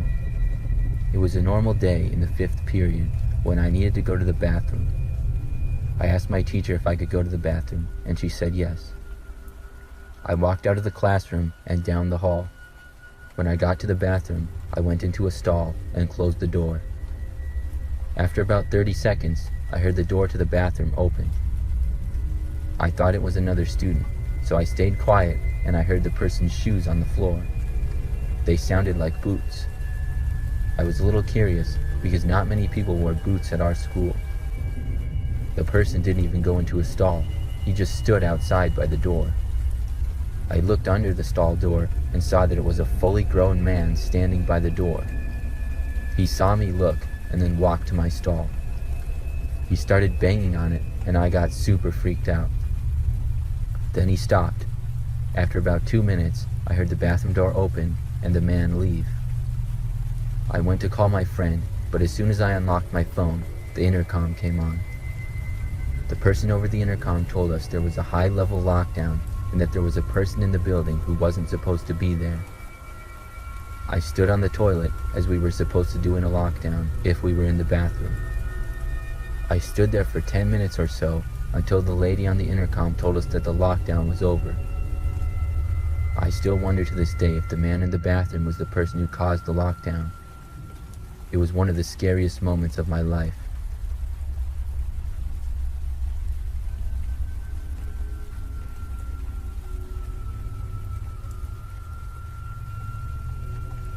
The story that I'm about to tell you took place when I was in middle school.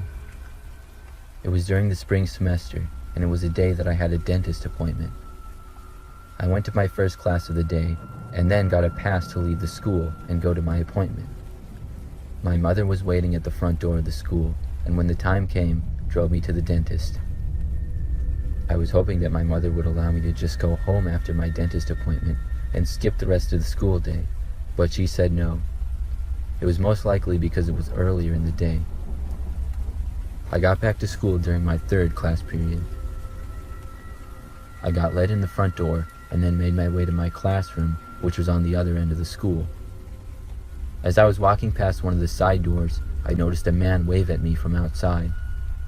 I don't know what I was thinking, but I walked over to the door and opened it for the man. He smiled and said thanks to me. Then I kept walking to my class. I got to my class, and only about 10 minutes later, we got an announcement that we were in a lockdown. I immediately got a bad feeling remembering the man I had let in. We did what we were supposed to do in a lockdown and went to the back of the classroom and turned all of the lights off. I could tell by how our teacher was acting that it seemed serious. We stayed there for about 30 minutes, and finally the lockdown ended. I heard afterwards that the same man I had let into the building was found hiding in a bathroom with a weapon. Thankfully, nobody was harmed, but I learned a valuable lesson not to let anybody inside. This story happened to me when I was a freshman in high school. It's still the scariest moment of my life. It was about a month into the school year, and it was a Friday. I remember that I was in my second hour class. It was math, and we had a test that day. I was pretty good at math back then, and I was able to finish the test pretty quickly. I felt good about it, and I saw that we still had 30 minutes of class left. I asked the teacher if I could go to my locker to put my math stuff away. She said yes, and I headed out the door. I was in no hurry to get back to class, knowing we wouldn't do anything the rest of the period, so I planned on taking my time going to my locker and back. I walked slowly to my locker, which was on the other end of school. The hallways were completely empty and quiet as I walked through them. I got to my locker and put my books back. I got some gum out of my locker and then started to head back to the classroom. Our school had 2 floors, and I remember that one of my best friends had a class right above the freshman lockers. I went upstairs to wave at him from the hallway, but when I got to his classroom, the door was shut and the lights were off. I figured the class must be in a computer lab or something. When I walked down the rest of the hallway, I noticed that all the classroom doors were shut and the lights were all off. I figured we must be having a lockdown drill. We usually had fire drills and lockdown drills early in the school year. I knew I wasn't supposed to be out in the halls during lockdown drills, so I started to walk back to my math class. After I got down the stairs, I heard footsteps. I didn't want to get in trouble, so I went under the stairs to hide. There was a little area underneath the stairs that was pretty open, but at the same time you couldn't really see from the halls. I saw it was a teacher walking down the halls. He was going pretty fast and had a concerned look on his face. He must have been looking for kids in the halls, is what I thought. He then went back up the stairs. What concerned me was that he actually started to run to go back up the stairs. The thought then occurred to me that maybe this lockdown wasn't a drill. I decided to keep going back to my classroom. I got to the sophomore locker commons, which were just in front of the math hall. But after I walked about 10 feet into the commons, I noticed a man standing in the middle of them with his back to me about 100 feet away. I didn't recognize him, and he wasn't dressed at all like a teacher or a staff member. He had longer hair and was wearing boots with dirty jeans and a black hoodie. He was just standing there looking at one of the lockers. I stood there unable to move for a second. I didn't know if he had heard me or not. I started to turn around to go back when the man punched the locker with his fist and then started to turn around. This stunned me and I quickly hid behind a row of lockers next to me. He started to walk closer. I ducked down and held my breath. My heart was pounding out of my chest. I heard his footsteps get closer and closer. He then opened up a locker. He sounded to be about 2 rows over from me. I really didn't want to stay there for him to find me, and I made up my mind that I was going to make a run for it. I listened to make sure he was far enough away, but it suddenly got silent. It was silent for what felt like forever. I tried my best not to breathe or move a muscle. Finally, I heard his footsteps start again. They were getting closer. I couldn't take it anymore, and I got out from the lockers and took off running. I ran back the way I came and took a left which led to the front doors. I heard the man's footsteps start pounding on the floor behind me. I ran as fast as I could and didn't look back, all the while hearing him about 20 feet away. Finally, I got to the steps leading to the lunchroom and out to the front door. I sprinted to the front door to see a police car right outside. An officer saw me and the man chasing me and ran in the door and grabbed me, while another officer ran past. The man stopped chasing me and ran the other direction, but didn't make it far as he was caught. I ended up having to answer a lot of questions, but we all got out of school early that day. It turns out the man was on drugs and was trying to break into the lockers to steal things. My teacher and principal weren't even mad at me and were just happy that I was safe.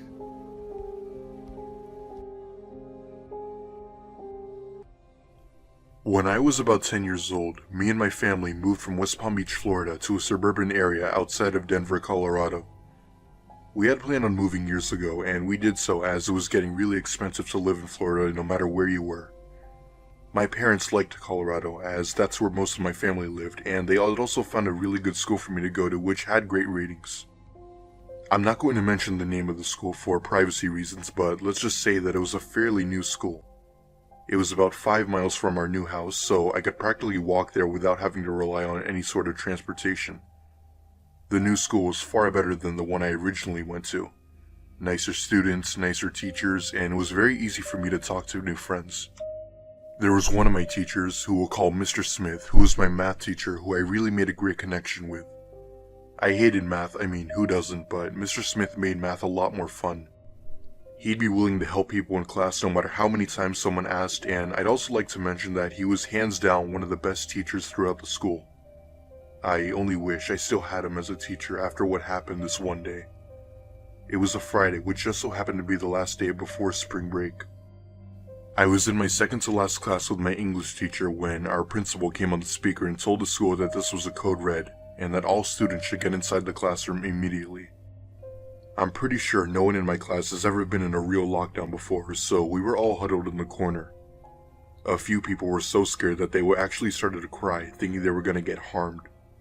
My teacher told everyone to be quiet and to not make any noise for any reason. It felt like an eternity sitting in the corner, waiting for the all clear. However, I then began to hear heavy footsteps from down the hall. The only reason as to why I could hear it was because I was the closest to the back door. I didn't know if anyone else heard it, but I looked through the little glass window on the door to see a man dressed in all black. However, I couldn't see his face as he was wearing a hoodie, but I instantly knew that he was up to no good. I didn't know how it happened, but he turned his head toward my direction and must have caught me looking at him from the window. He came right up to the door and started pounding on it. The whole class screamed and cried while the man kept trying to bust down the door. However, I knew there was a slim chance of that, as these doors are bulletproof and meant to be almost impossible to break open from one person.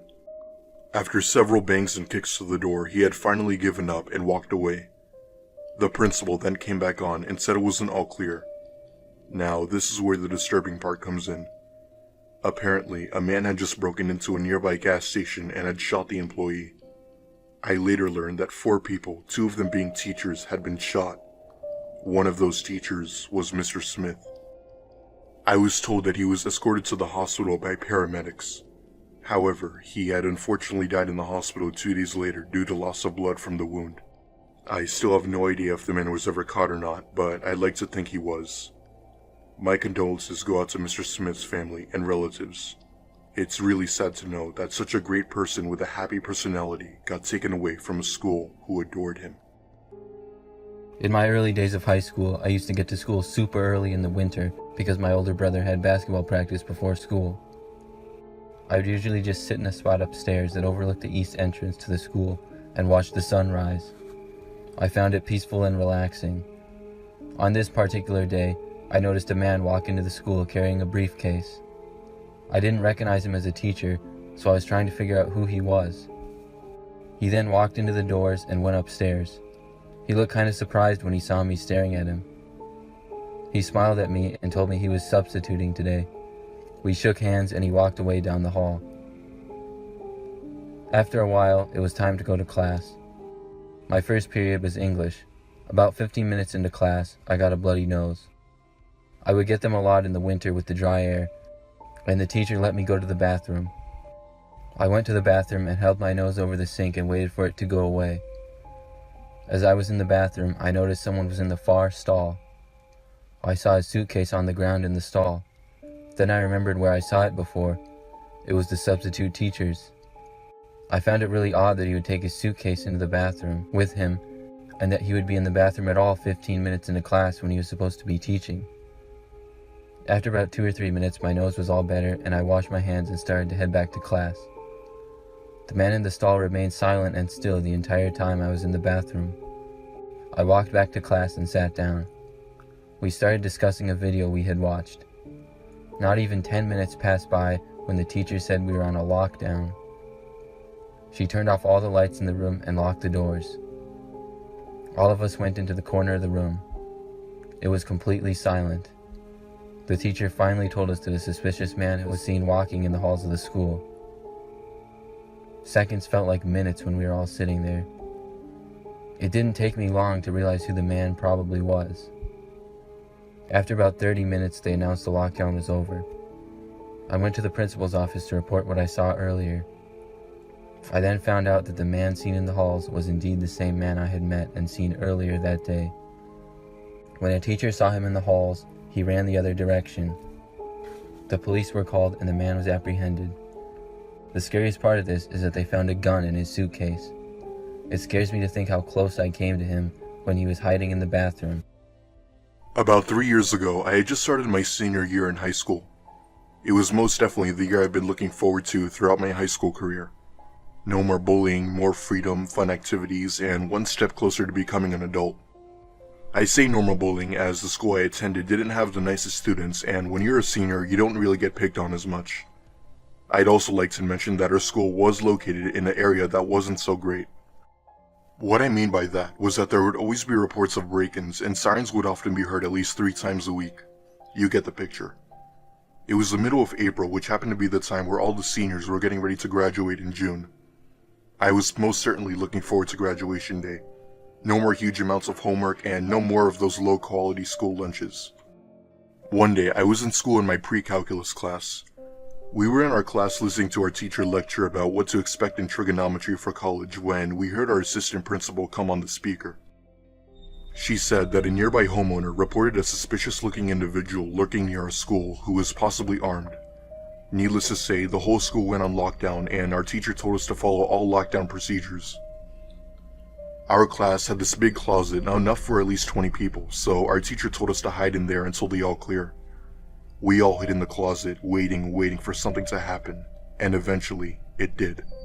Fast forward to about 10 minutes later, we're all still hiding when we hear a loud bang from down the hall. I instantly identified the sound as being a gunshot. Most of the class knew it as well. All of a sudden, we hear the little glass window of our door shatter. Gunshots began firing inside the room for nearly about 30 seconds. Thank God none of the bullets hit the closet door. The shooter, whoever they were, ran away followed by more gunshots. This continued for around another good minute before we hear 3 or 4 men ordering for someone to get down on the ground. Turns out they were police officers. They put the man in cuffs and ordered the students out of the school. As we were walking out of the class, students flooded the hallway, bawling their eyes out, but surprisingly nobody was hurt. Ever since that day, nothing has ever happened to our school. I graduated soon after and thank God as to how grateful I was to still be alive, as things could have turned out a whole lot worse. Last year I was a senior in high school. During 5th period, I was a teacher's assistant for a science class. I would usually do whatever the teacher asked me to, like grading assignments or cleaning the lab tables. Other times I would just do my homework or chill. It was a nice break from normal class. On this day, the science class went on a field trip, and I didn't really want to go, so the teacher let me stay back in her room and grade papers. I worked for about 20 minutes and then took a bathroom break. I got back to the room and began to grade more papers when the phone to the classroom rang. I picked it up. It was a recorded message from the principal sent to all classrooms saying they were going on lockdown as a suspicious male was seen on school grounds. I followed the directions and shut the door, locked it, and turned off all the lights. I was a little nervous being as I was all by myself in the classroom, but I knew the door was locked and I should be okay. I tried to take my mind off it by going back to grading papers. I turned on a little lamp on the desk for light. I got through about 3 more papers when I heard a noise come from the back of the classroom. The room was kind of big and had desks with lab tables behind them. I knew my mind was playing tricks on me and I kept working. Then I heard something again. This time I knew it wasn't my imagination. I looked closely around the classroom. When I got to the back corner lab table, I saw it. There was a man's shoe and part of his leg that I could barely see.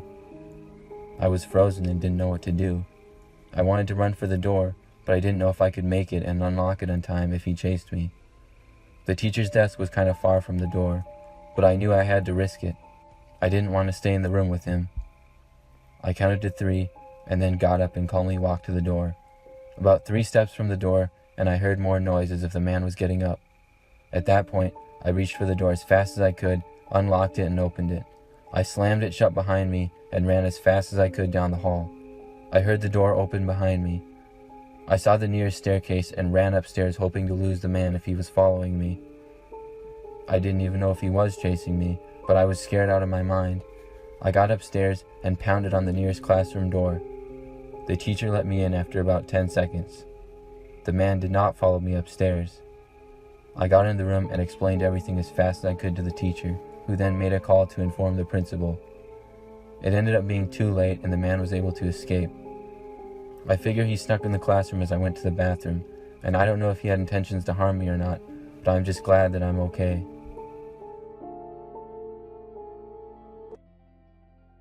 This story is told in the perspective of a female. This happened to me a few days ago on my way home after a long and busy day at work.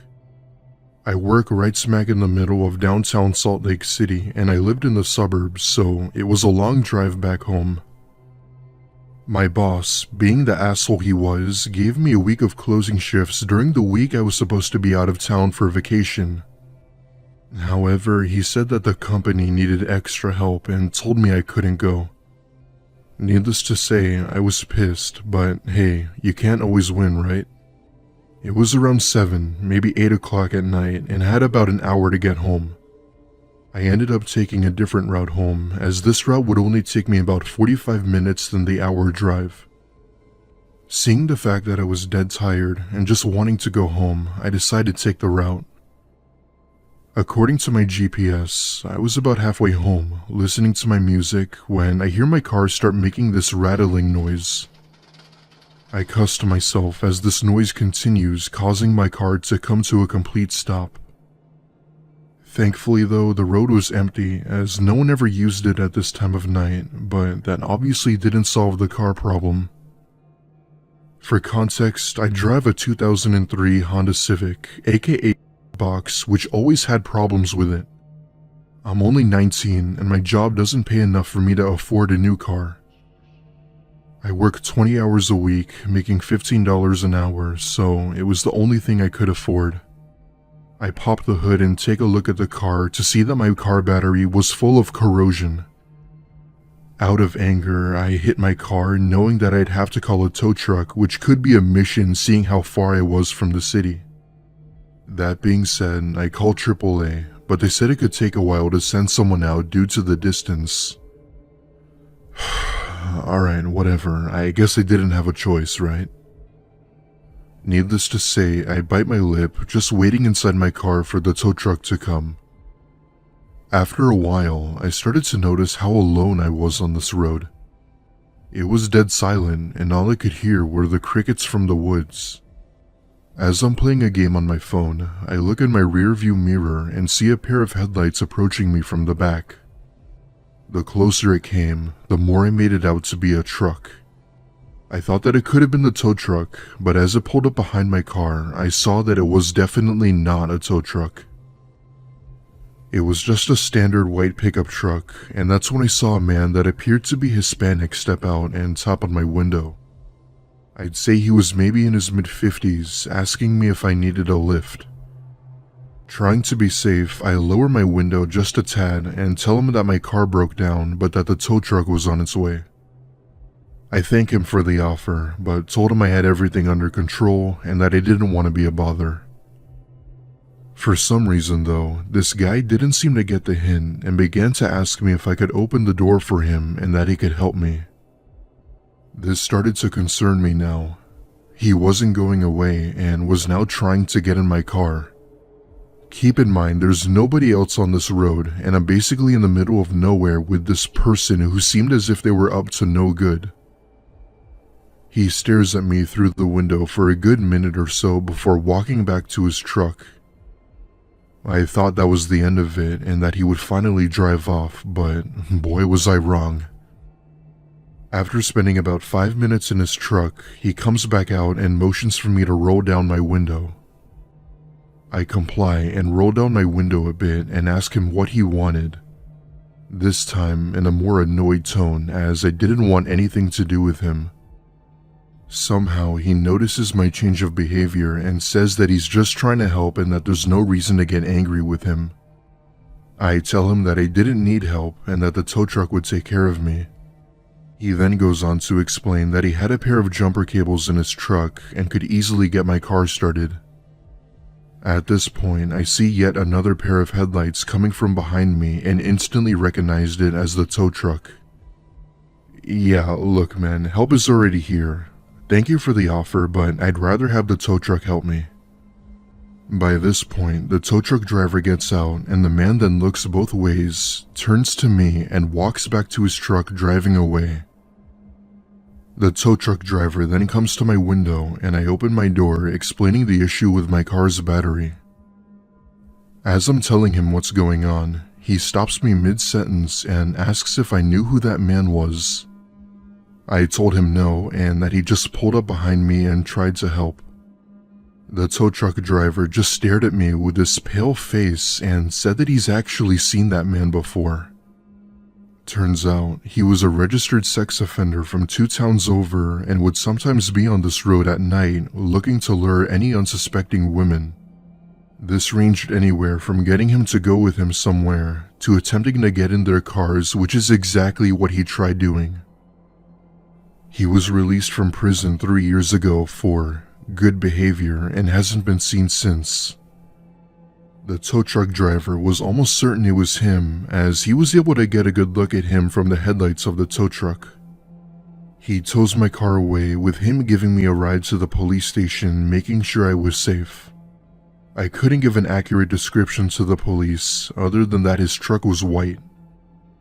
The police said they do some investigative work, but never got back to me about any leads. It's been almost a week now, and I'm still paranoid knowing that he's probably still out there. Had I been that dumb or naive to open my door or window for him, God, I don't even know what he might have done. One thing I will take from this is that I'll never drive down that road at night again, and I always carry pepper spray with me. This story is a bit short, but this is seriously one of the creepiest moments of my life. I'm a 26-year-old female and I was driving home from a friend's birthday party one night. I live in a very rural area of Tennessee, so there's a lot of hills, forests, and flatlands throughout most of the state. Anyway, on this particular night, I was driving through I-81 between Knoxville and Bristol. It was around 2 a.m. on a weeknight, so there were no other cars on this road other than mine. Now, whenever I'm out late at night, I always remember to have my nighttime coffee. This night, however, I didn't have my coffee, which caused me to become exhausted while behind the wheel. So there I am, driving for about 25 minutes when, out of nowhere, something jumps out onto the road from the trees. This scared me to the bone, causing me to let out an oh shit and brake hard. It looked like a person, to be honest, who just straight up jumped in front of my car as if they were trying to get hit. I only caught a glimpse of them and tried to see if I had ran someone over. I was ready to give this person a piece of my mind and got out of my car to see not a soul in sight. I was seemingly the only person on this road, and right then I started freaking out, wondering what the hell just happened. After taking a few minutes to compose myself, I get back in my car only for it to not start. I tried starting the engine several times, but nothing I did ever made it work. Long story short, I called a tow truck to give me a ride, and it took about a month to get my car back up and running.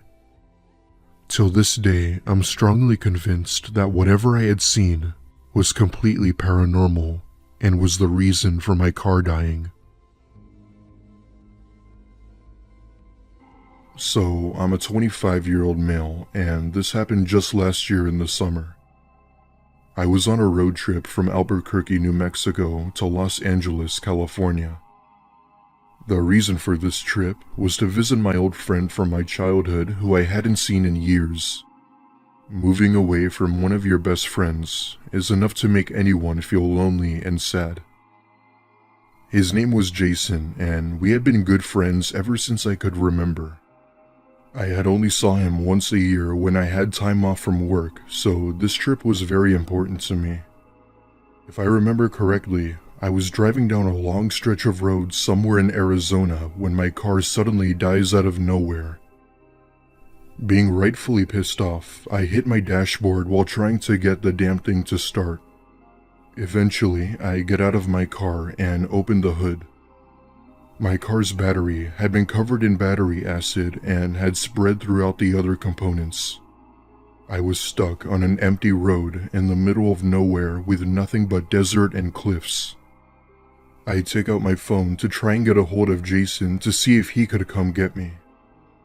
When we were younger teens, we'd always have this little slogan when trying to reach each other. It went something along the lines of, "So-and-so, do you copy?" And I repeat the catchphrase, attempting to reach him. "Hey Jason, do you copy? I'm in a bit of a pickle here." However, signal around here was basically non-existent, so I had no other choice but to walk to the nearest town. All the while, I'm still trying to reach Jason, but there was no luck. About 15 minutes into my walk, I look behind me and notice two headlights in the distance getting closer and closer. It only took me a second to realize that it was a car, and I flagged them down while practically begging for help. Believe it or not, it seemed as if my prayers had come true, as the car then starts to slow down and pulls up next to me. Inside was an older-looking gentleman, and in the back were two younger men with a middle-aged woman wearing sunglasses in the middle. The two men seemed to be carrying her as she appeared to be asleep. The driver asked as to how they could be a help, and I explained my situation to them. One of the men in the back seat had said something about how that sounded like a you problem and that they'd be no help. I apologized, thanking them for their time, and told them I'd be on my way. However, that's when I noticed the woman in the car. She looked slumped over and just appeared to be out of it. I then asked in a direct tone to the driver, "Everything alright with her?" He then looks at the men, looks at me, and says, No, she's dead, but why is that your concern?" One of the men in the back take off her sunglasses, revealing her face. The second I saw her face, I can now see as to why she was deceased. Her lifeless body limped over the two men with her mouth hung open as if it had been broken. The driver then looks at me and says 6 words that have haunted me ever since. Calling the cops would be a mistake. I then back off and start running back to my car as the other car sped off until they were too far to be seen. Thankfully, my car willingly started back up again, where I was able to go to the next town and get a new battery. I obviously did inform the police about my encounter and gave them an exact description of the men. Up until now, however, there have been unfortunately no leads as to who might have been responsible. In the end, I did get to see my friend, and nothing happened again while on that trip. There are truly some sick and twisted people in this world that we just have to live with. It's unfortunately a harsh reality of life. Hey everyone, my name is Dennis Blaze. I was around 17 when this happened. And to give you an idea of how long ago this took place, I am now 43 years old. I grew up in a small town across from Seattle during the late 90s. At the time, there was maybe a total population of 6,000 to 7,000 people. The town didn't really have a whole lot of things to do. One night I was hanging out with my 3 friends, who we'll call Gary, Mark, and Rob. We all got bored of just sitting at home, so we decided to go for a drive. We stopped to eat at a McDonald's before continuing our aimless endeavor.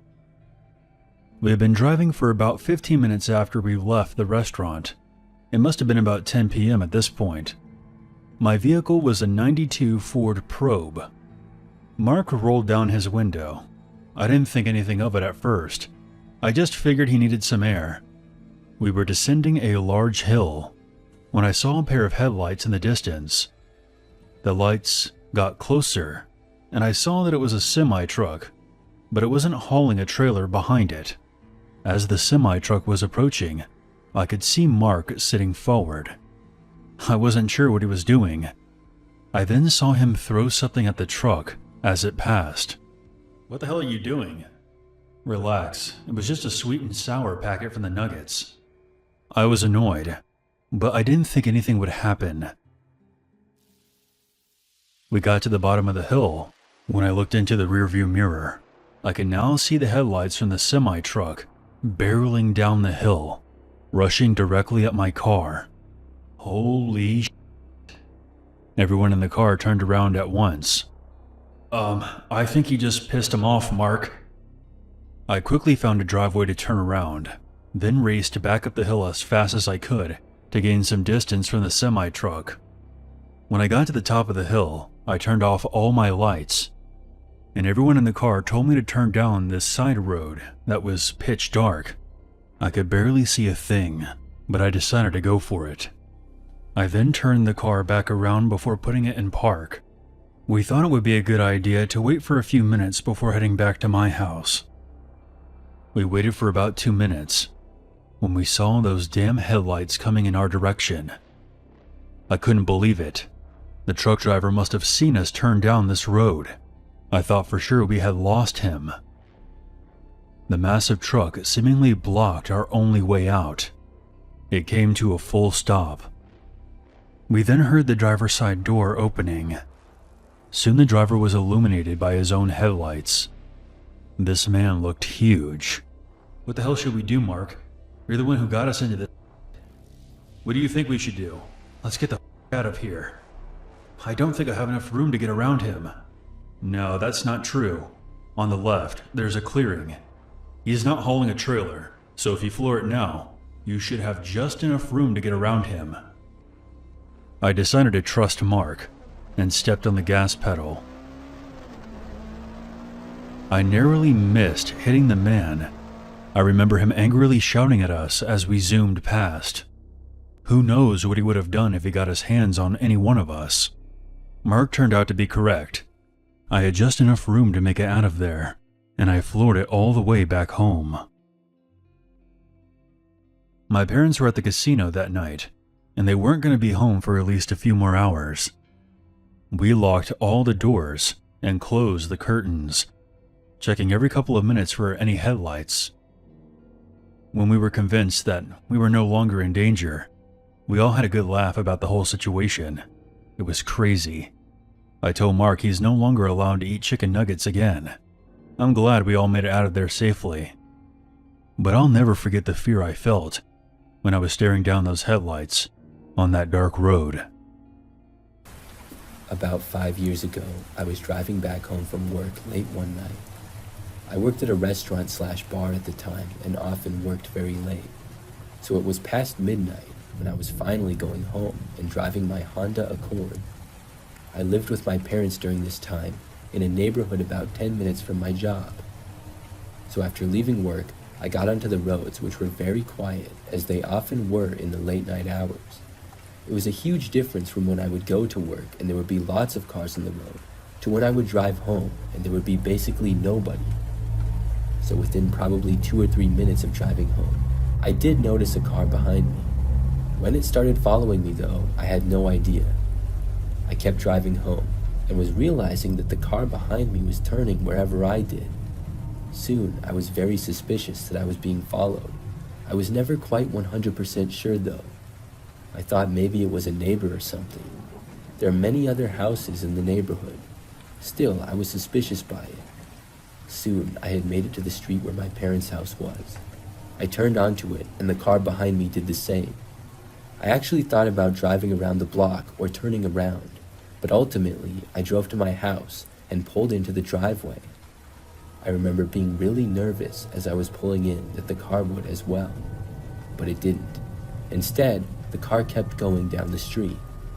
I felt much better and then got out of my car and walked inside. By now, my parents and sister had long gone to bed upstairs. The lights were off inside the house and it was very quiet. I went into the kitchen to make some ramen noodles or something like that. I was very hungry and wanted something quick to have before bed.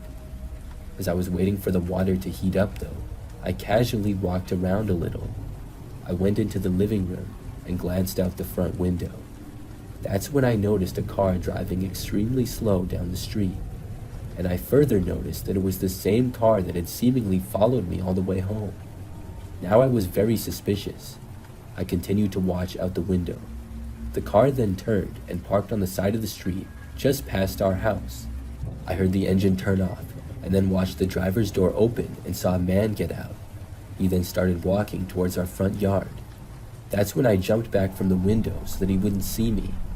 I went back into the kitchen and just hoped that this guy wasn't going to try to break in or something. Seconds later though, there was a knock at the front door. My heart started racing. What could this guy possibly want? Several moments went by and he knocked again. I slowly walked into the living room and went to a window. When I looked outside, I saw the man walking away from the front door, but he wasn't going back to his car. Instead, he walked around the side of our house. I went back into the kitchen and looked out of a back window. I was very careful when I was looking so that I wouldn't be seen. The man appeared to walk through the backyard. He made his way through the backyard and then went out of sight again. I then went back to the front of the house. When I looked out of the window, I didn't see the guy for a while. Soon though, I saw him going through the front yard. He went back to his car, then got inside. Then he drove away. After that, I went back to what I was doing. I looked out of the window a few more times that night, but he didn't come back. I still wonder who he was, why he followed me home, and what he was doing.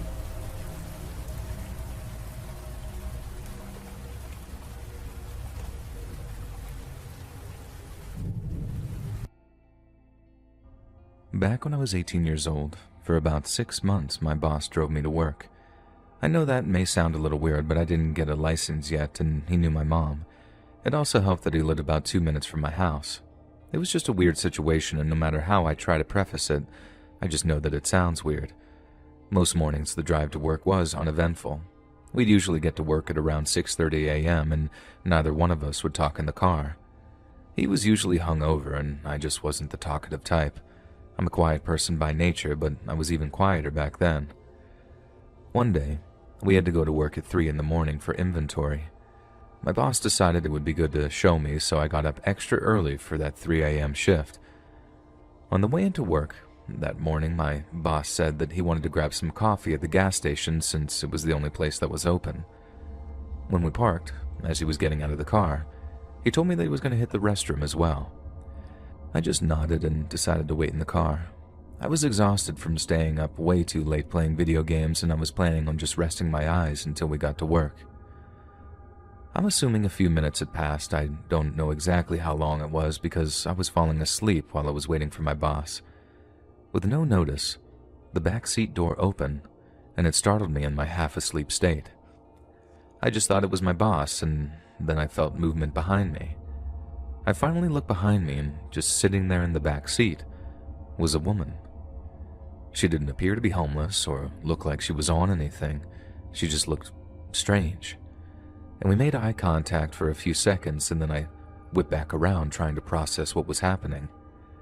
I'm a really quiet person, and I was even more quiet back then, like I said, and I didn't know what to say or what to do. I was just hoping my boss was going to come back out soon. I started to finally work up the courage to ask what was going on, and I was immediately freaked out when I turned around. She was sitting there, now smiling, but looking forward. I don't really know how to describe her eyes. They were cold and dark and seemed almost lifeless, even though she was kind of pretty. Even as I write this, I still can't get the image of her out of my mind. It had probably been about 30 seconds since all this started, and I finally uttered my words when I asked her, "Hey, is everything okay? You know this isn't your car, right?" Instead of answering with words, she just started to scream, erratically. It was so erratic that it was shaking the entire car, it felt like, or maybe just my head. I jumped back just out of panic, confusion, and shock, and I saw my boss walking out of the gas station. I just dove out of the passenger side door and shut it behind me. My boss was confused and asked me what the heck was going on, and I just pointed to the woman in the back seat of his car. We both just stood there, almost in amazement and disbelief. She was still screaming, shaking and rocking back and forth. We could physically see the car shaking from her wild movements from inside the car. My boss approached the back seat where she was sitting, and as he grabbed the door handle, she put both her hands on the window, and I kid you not, started to hiss and growl at my boss. He said, "Nope," and walked back towards me. I was standing probably 10 feet away at this point. He immediately called the police, and we were hoping that they would arrive soon since it was a small town. The entire time that we were waiting for the cops, we could hear the woman screaming and the car still shaking. After a minute or two of waiting for the police, we went inside and watched her from inside the gas station. There was just something unsettling about the entire situation. She wasn't trying to rob us. She only looked like she wanted to cause harm when we got near the car. I mean, she was sitting in the back seat, so she wasn't even trying to steal the car. It was just all so weird. The cops showed up maybe 5 minutes after the call. We went outside to greet the officer and fill him in on the situation, and he looked confused, and I'm not gonna lie, he almost looked kind of amused by the whole situation. The officer tried to get the woman to come out calmly, but after a minute of her screaming and growling, he basically went into the car and apprehended her. And this is where this bad dream truly turned into a nightmare. Upon arrest, the officer had to remove 4 knives from her person. Yeah, you heard that right. This woman had 4 sharp objects on her. Thankfully, she never showed us the knives or even hinted at the fact that she had them. But even more disturbing perhaps is the fact that she didn't have an ID on her and she wasn't talking, so the officer had no idea who she was. This complete stranger came out of nowhere. She got into my boss's car without saying a word. She went from smiling to off-the-wall insane. Then, to cap things off, she had no ID and 4 deadly weapons on her. I've had some wild things happen to me over the years, but I'd have to say that this was probably the strangest and most terrifying that's ever happened to me. It's been years, and I remember this moment like it was yesterday. I'll never forget that woman's face, and I honestly wonder what she's up to now. It was 2019. I lived in a house with 2 other girls. We were all in our early 20s. The house backed into a park. It was more like an open lot that was accessible through a main road. There wasn't any playground or barbecue area there, just long thick grass and trees. The backyard fence was only about waist high, and there was a tree on the right-hand side, obstructing about half of the view over the fence into the park. One night after I showered and got into my underwear and a baggy shirt, because it was summer, I hear the dog in the backyard going absolutely mad.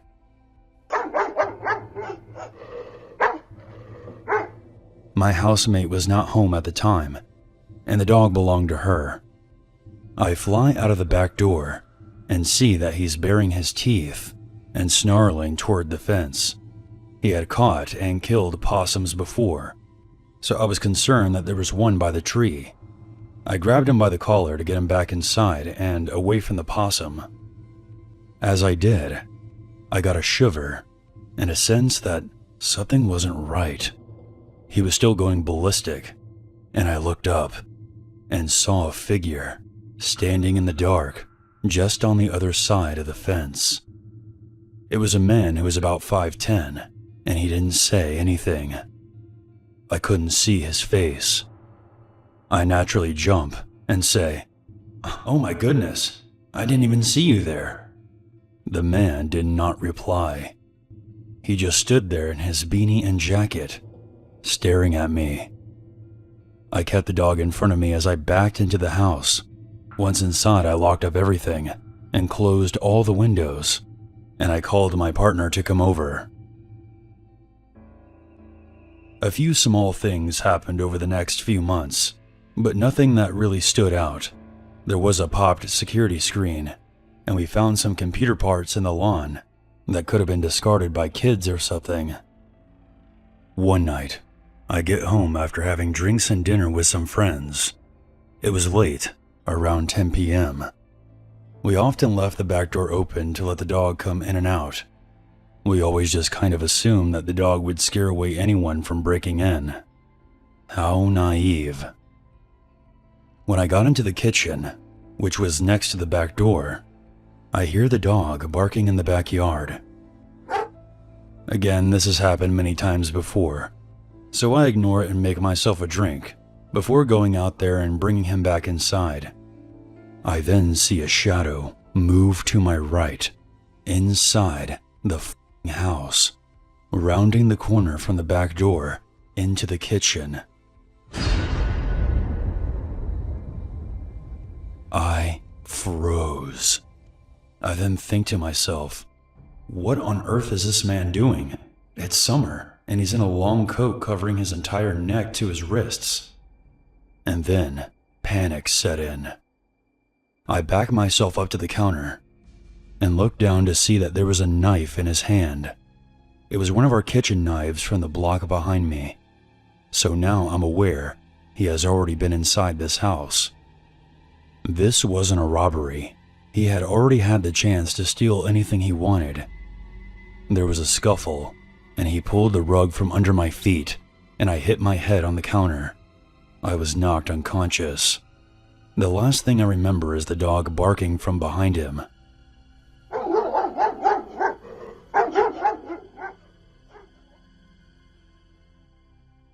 It turns out our scary dog was too afraid to attack him, but he was still doing his best to scare him away.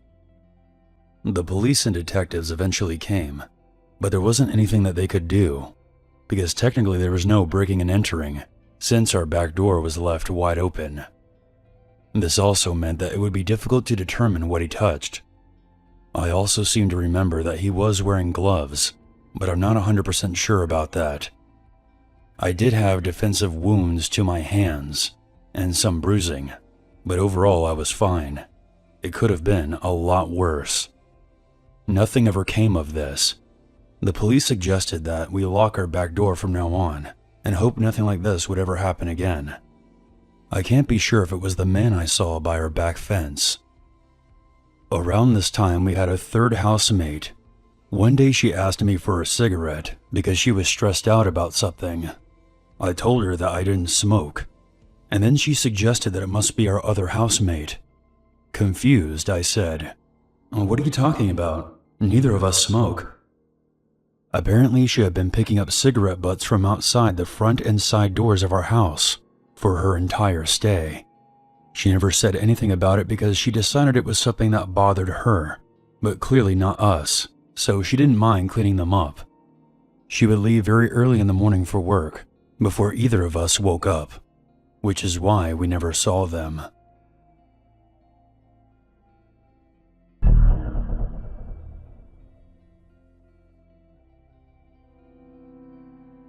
This is going to be kind of long, so please bear with me.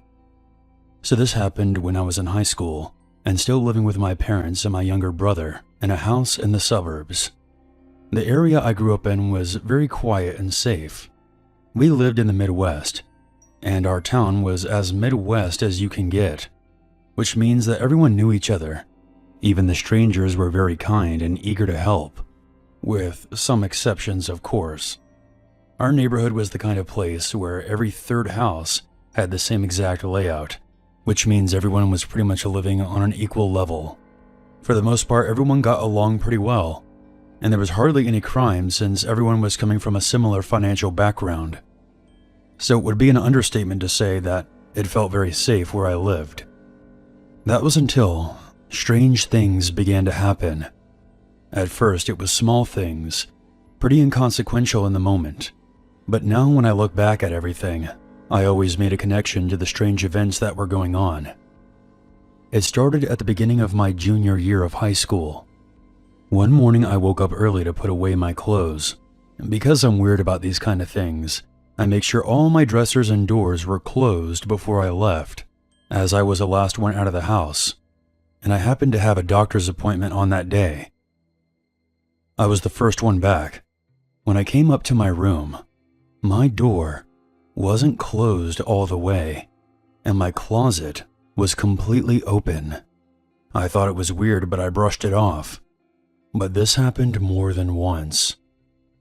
I would sometimes be missing shirts or pants after I told myself that I was just being stupid and probably misplaced them somewhere. Another night, after I had gone to bed, I was woken up by the sound of footsteps coming up the stairs.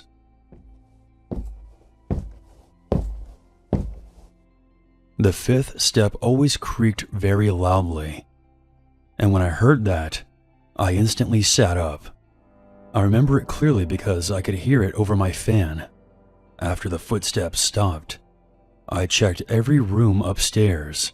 All of the bedrooms were on the second floor. All the doors were closed and everyone else was sleeping.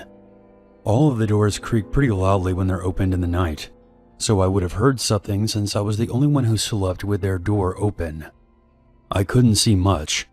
Everyone was sound asleep. I stayed awake for a while to try to catch it again, but I eventually fell asleep, figuring that my mind was just playing tricks on me. I asked my family about it casually the next morning, but everyone said they slept through the night. All of these small occurrences accumulated into one of the weirdest experiences I've had to date. It was halfway through the year, and I had driven myself and my brother home from high school.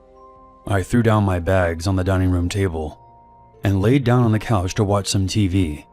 My brother went downstairs to take the dog out and then play some video games. I could tell by the fact that there were no other cars in the garage that my parents were still at work. So I put the volume on medium so I could hear them when they got back. My parents used to give me a lot of crap for watching TV after school.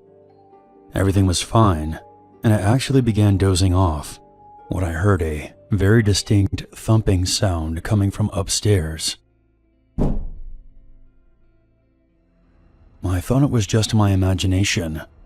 I watch a lot of horror films, so I tend to be pretty jumpy sometimes. I went back to my show, but the thumping continued for about 5 minutes.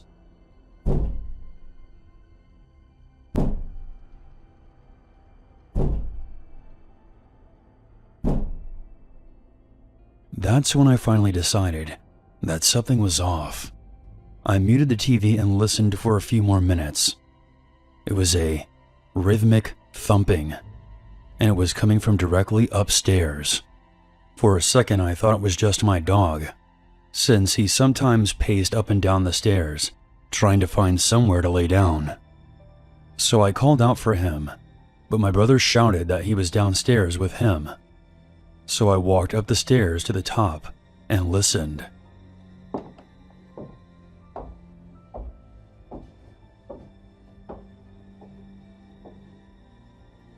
The noise was coming from directly above me. I started to get scared when I realized that the only thing above me was the attic. And furthermore, I realized that it wasn't thumping that I was hearing. It was footsteps, like somebody was wearing boots and pacing around the attic. Even though I was thinking the worst, I told myself to be practical. There are only 2 entrances to the attic: a small panel in the ceiling of my brother's bedroom, and a 3rd-story window. I checked his bedroom, and the panel looked like it hadn't been touched in a very long time. We hadn't even opened it since we moved in, because the previous owners told us it was just insulation and wiring. I then thought about how we were having trouble recently with our satellite dish, and my dad had to call a repairman to come fix it. I opened the front door and went around back, but there wasn't anything on the roof. Not that I could see anyway. It was pretty high up. I then went back inside. My brother was standing in the doorway, asking me what was going on. Since he heard the door open, I told him about what I heard and asked him to come check it out with me, just to make sure I wasn't going crazy. When we got upstairs, he gets this weird look on his face and then asked, "What is that?" I felt relieved knowing it wasn't just me. I whispered, "It sounds like somebody is walking up there, right?" He nods and points downstairs, suggesting that we say no more and I should follow him down there. The floors are pretty thin in this house, so in case there was somebody up there, we would want to talk about this out of earshot. Once we were downstairs, I tell him about the roof and the possibility of a repairman being up there, although I didn't see a van outside, and my brother shakes his head, saying that the repair people were coming later that week. That's when we decided to call our dad. I explained everything to him. I could tell that he didn't believe us, but was trying to be nice about it. I can't exactly blame him. It was highly improbable for somebody to even want to be in our attic, let alone get up there. He suggested it might have been a bird or a raccoon. We lived near a large patch of woods.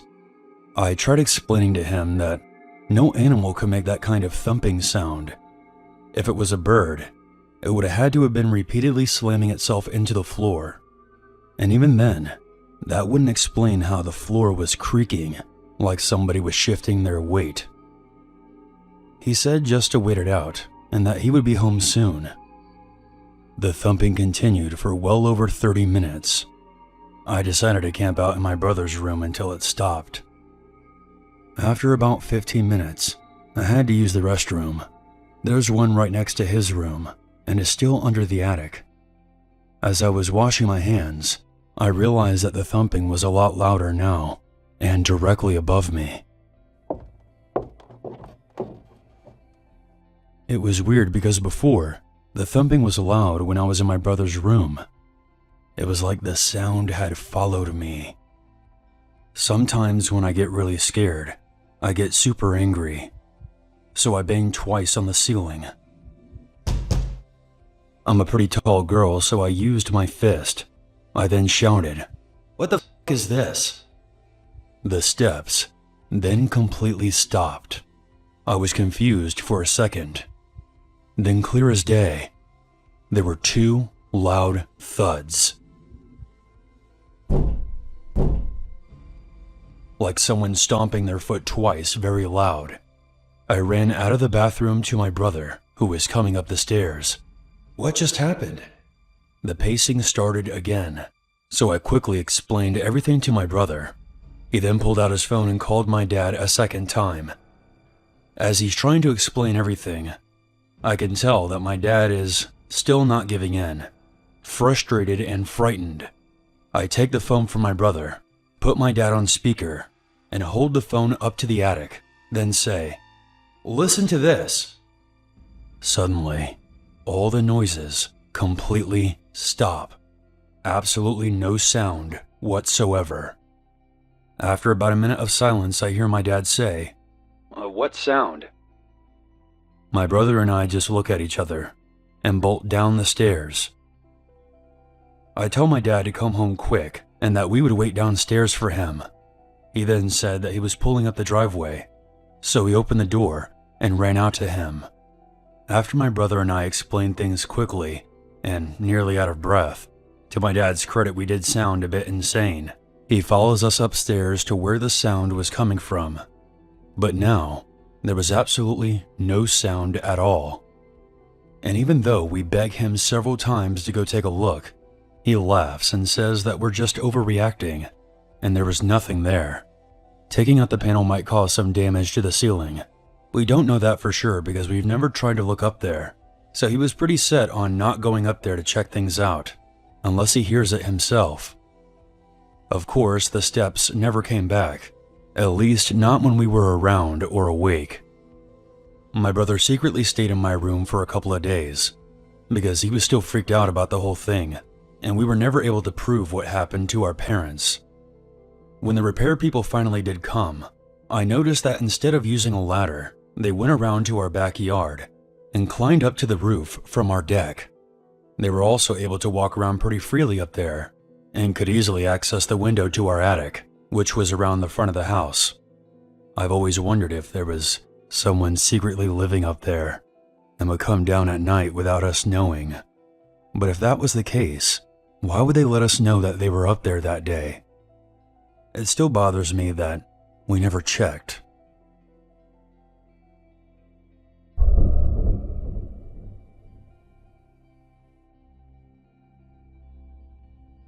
My name is Caleb Fletcher. I'm 16 years old, and the story that I'm about to tell is something that I'll never forget. This took place on the 24th of August. School had been going on for about 2 weeks. So to decompress, I decided to see if my friends Griffin and Broly wanted to hop on Fortnite. My mom and sister were out shopping, and my dad was working, so I was pretty bored. It was around 8 p.m. when we finally got online to play. After a few rounds, I could tell that my friends were getting tired of losing, so they logged off after about an hour. I planned on just lying down with my phone before going to bed. That was until I heard my 2 dogs barking outside. It's not that unusual for them to bark, given how people walk on the side of the road outside of our front yard. But I still looked anyway. You can never be too careful these days. I didn't see anyone there, but seconds after I looked out of the window, I heard our garage door opening and then closing.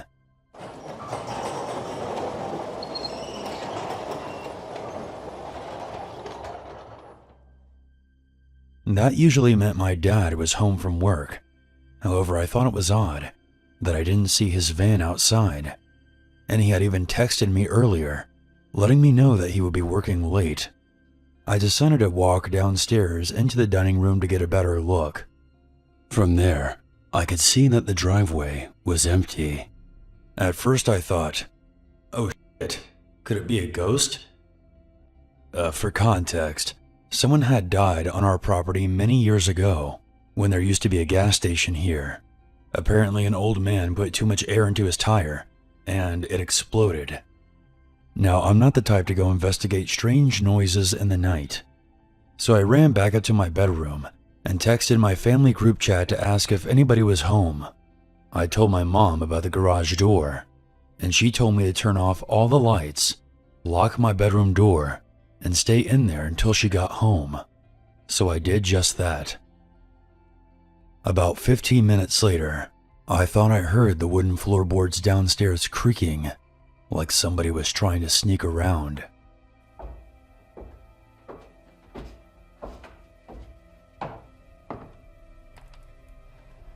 I didn't have anything to use as a weapon, so I unclipped my microphone's boom arm from my desk and quietly opened my door. I walked onto the upstairs balcony and looked over, trying to see if I could spot anyone hiding or anything suspicious. I then stupidly called out, "Is anyone there?"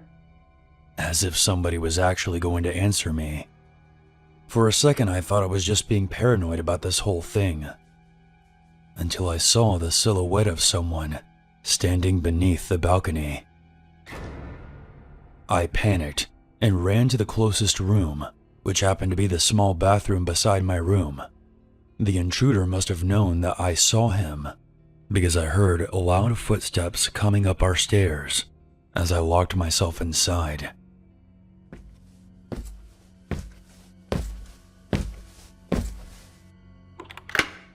I was cursing under my breath that I had accidentally left my phone in my bedroom. After hearing nothing for several minutes, I finally built up enough courage and bolted out of the bathroom into my bedroom, locking the door as soon as I got in. My sister's room was right across from mine, and I noticed that her door was open. So I figured that's where the intruder must have gone. After locking myself in my bedroom, I grabbed my phone and dialed 911. But just before I hit the call button, I noticed that the door to the storage room was slightly ajar. I then saw an eyeball peeking through the crevice. That's when it hit me. The intruder was not in my sister's room. He was here, with me. The terror I felt rushing through my body is something that I will never forget. True, genuine fear. I ran out of the bedroom and booked it down the stairs and out my front door. I then ran up the hill to my neighbor's house, who happened to be a police officer. I told him about the intruder hiding in my bedroom, and he immediately alerted the police. Then he set out to go investigate himself, while I stayed behind with his wife. Minutes later, I ran back down to see if the intruder had been caught. When I entered my house, I saw a tall, skinny man I had never seen before. He had a gray beard and a dirty black coat. He was on the ground, being handcuffed by my neighbor. Ever since that night, I'm no longer allowed to be home alone anymore, and we have upgraded our security around the house now. My family is just happy that I wasn't hurt and are very thankful for my neighbor's bravery. I don't wish an experience like this on anyone, not even my worst enemy.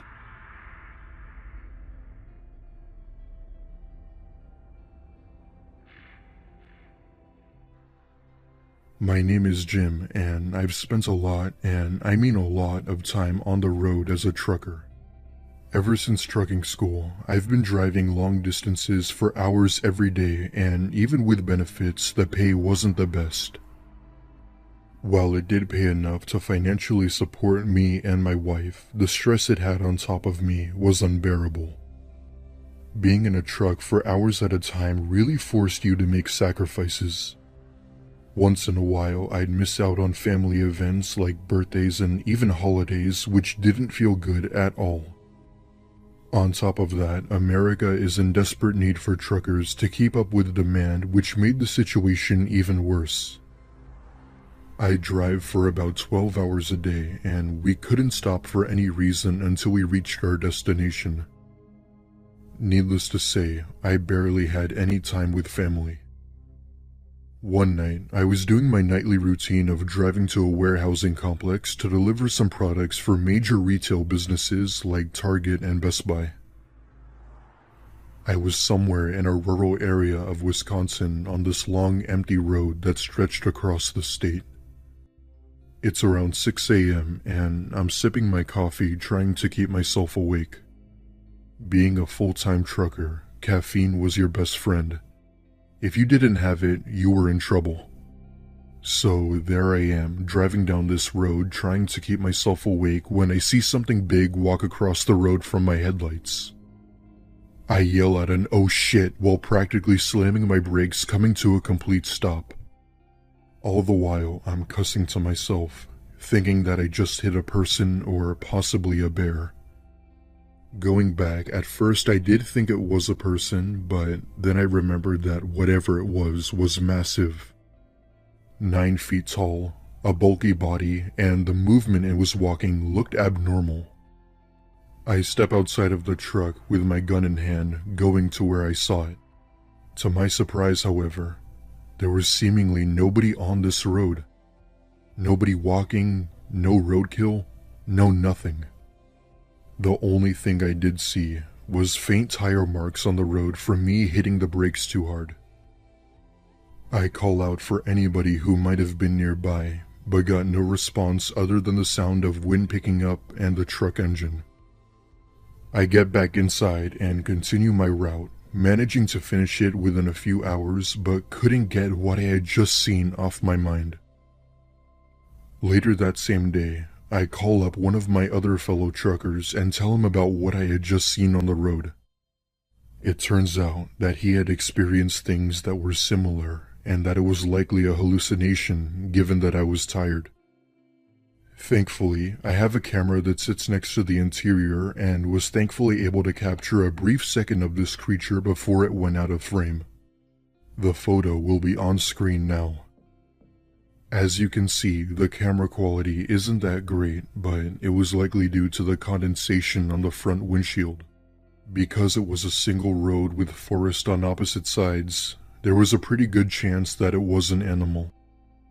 My only question is what kind of animal 9 feet tall walks on 2 legs? I don't know if it was a person, I don't know if it was Bigfoot. One thing I do know was that I wasn't imagining it. My name is Sarah, and this happened to me a few years ago when I was a sophomore in college. I attended school in one of the most quiet and safest cities in the country. The people were nice, the crime was low, and sirens would almost never be heard. Because of this, I never really had any unsettling encounters. However, little did I know that would all change in just one night. It was late November of 2021, and my friends and I had decided to go out to a bar to celebrate getting through finals. While the city did have low crime, it was also known to have a lot of bars and pubs. This resulted in a lot of bar fights where cops would be called. Anyway, my friends and I are at the bar taking shots and having a blast. The feeling of relief you get when finishing finals was amazing. At around 1 a.m., I told my friends that I had to go as I had to finish packing to fly back home the next day. However, they wanted to stay behind and finish their drinks, so I said my proper goodbyes and stumbled out of the bar. Because I was nearly drunk at this point, I went on my phone and decided to order an Uber back to my dorm. Thankfully, one accepted my ride request almost immediately, which wasn't common seeing that it was late. I sit down on the outside bench when I see a car pull up and someone waving their arm out. Even in my drunken state, I assumed that this had to be my Uber, even though the app showed he was still 4 minutes away. I brushed it off, assuming it was a glitch in the app, and got into the car. The very second I get into the car, I immediately noticed the red flags. For one, he didn't even say my name, and 2, he never greeted me. But it was late, and I was simply too tired to care and just told him my address. As I'm in the car, I also noticed that he never put the address into his GPS, which I found odd. Figuring he must have known the area well, I let him do his thing while I just kinda kept to myself. I'd try asking him questions to make small talk, but he'd just reply with one-word answers. It eventually came to a point where I didn't even bother talking to him anymore. At one point, I look out the window and realize he was going in the complete opposite direction of my campus. Hi sir, my college is in the other direction. I see him glance at the rearview mirror while giving me a nod as if he had acknowledged or understood me. However, he didn't turn around and just kept driving until he eventually pulled over beside an old office building. That was when I slowly came back to reality and knew what was going on when I start panicking.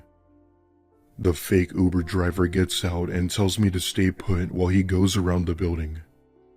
I have no idea who or what he was going to get, but whatever it was definitely wasn't good. I grab my cell phone and see that I had several missed calls and messages from the real Uber driver. I knew I didn't have a lot of time, so I slowly opened the door and start running while trying to keep my balance. There weren't many people in this part of the city, so I ran into a nearby shop that was still open where I called the cops.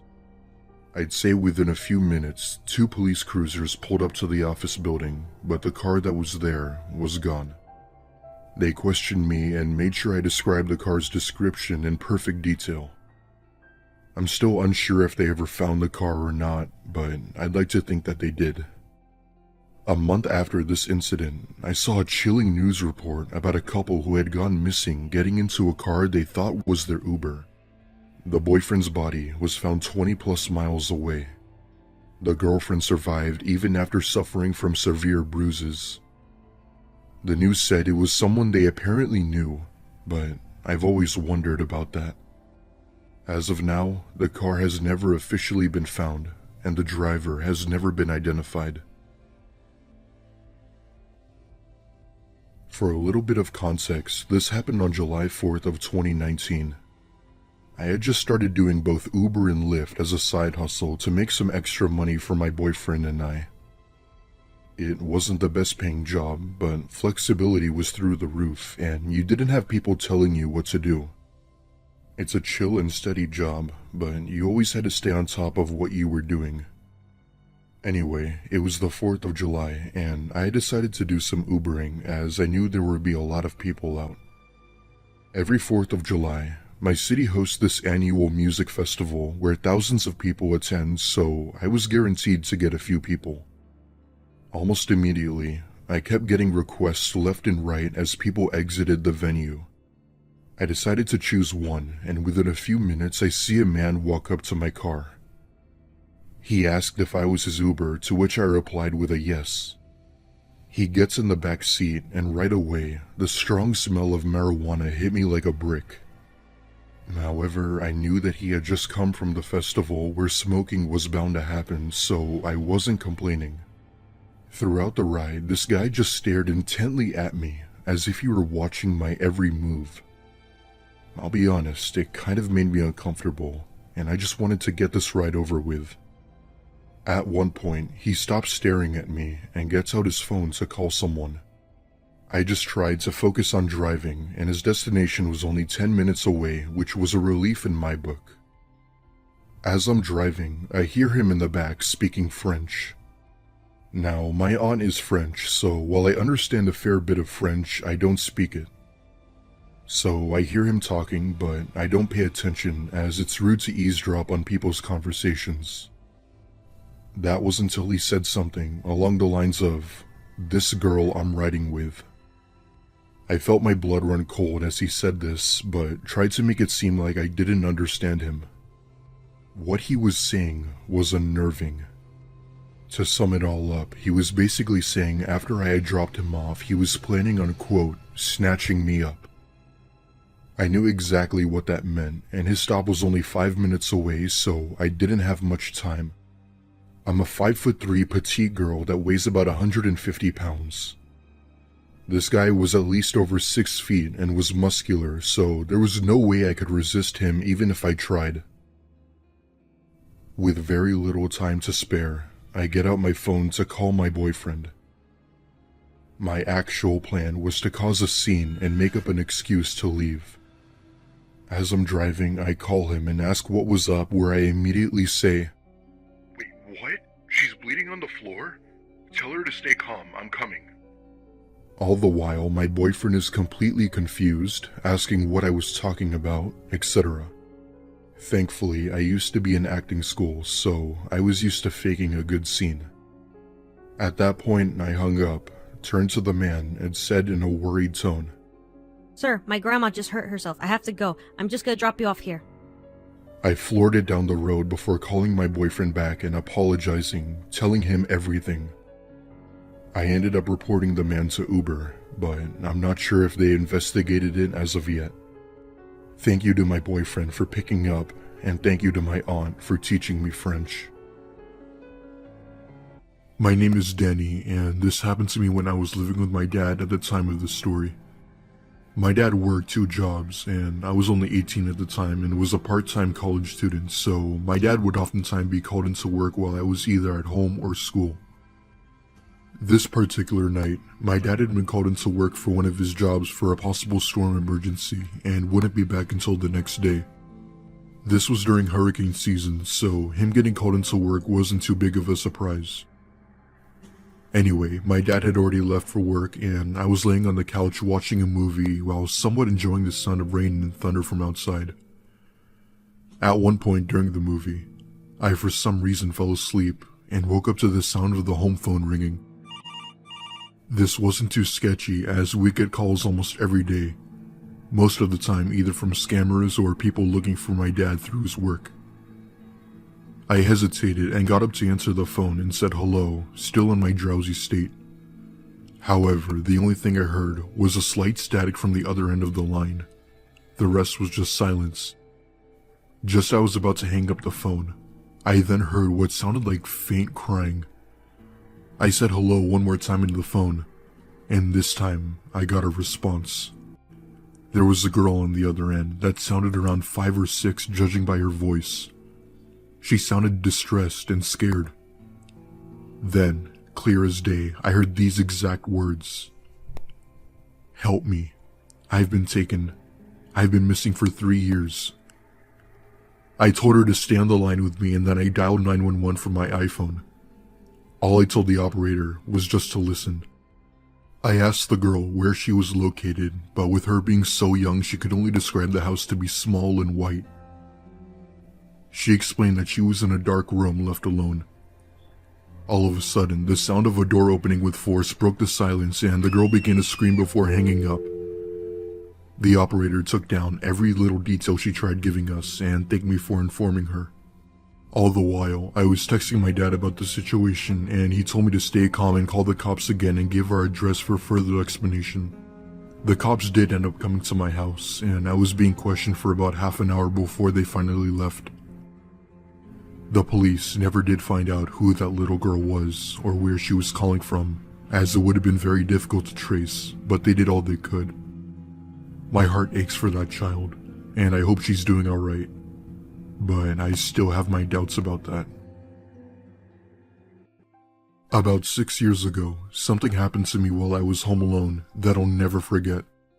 Because of this, I had to get therapy for 5 months straight, and this is why I will never stay home alone again.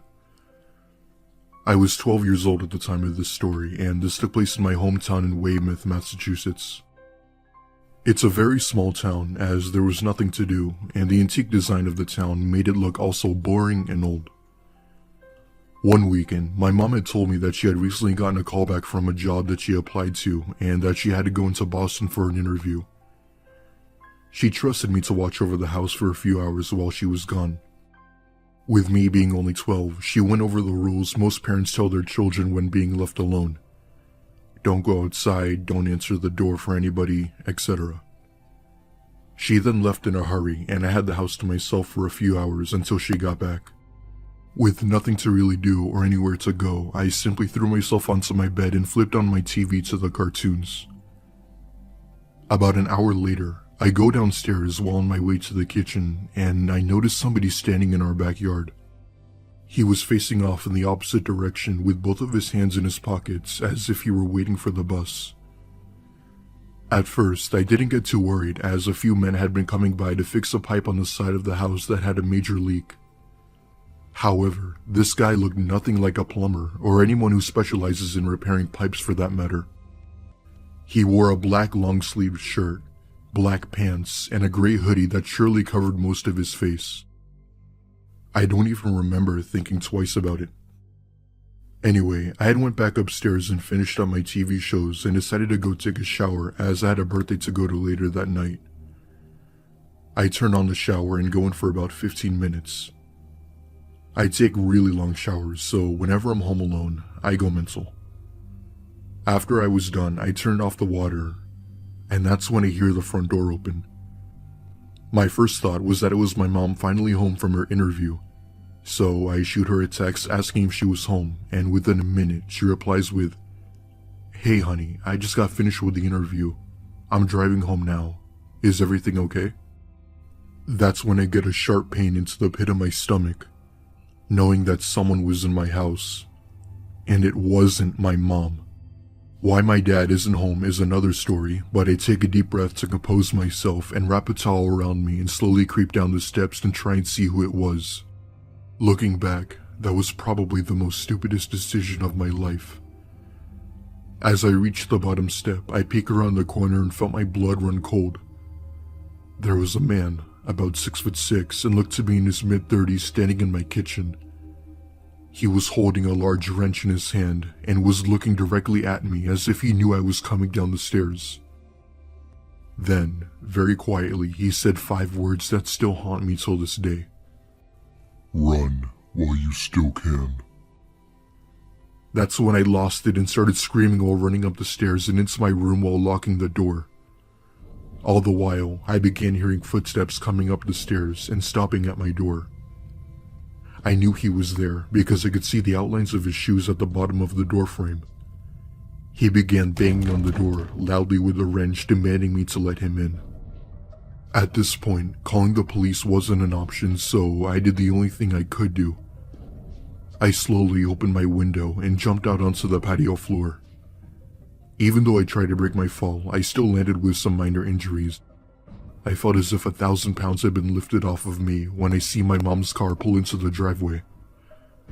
I run crying to her, explaining the situation, and she immediately takes out her .45 she keeps in her purse and walks into the house. I'd like to mention that my mom had served 3 years in the military, so she knew what she was doing.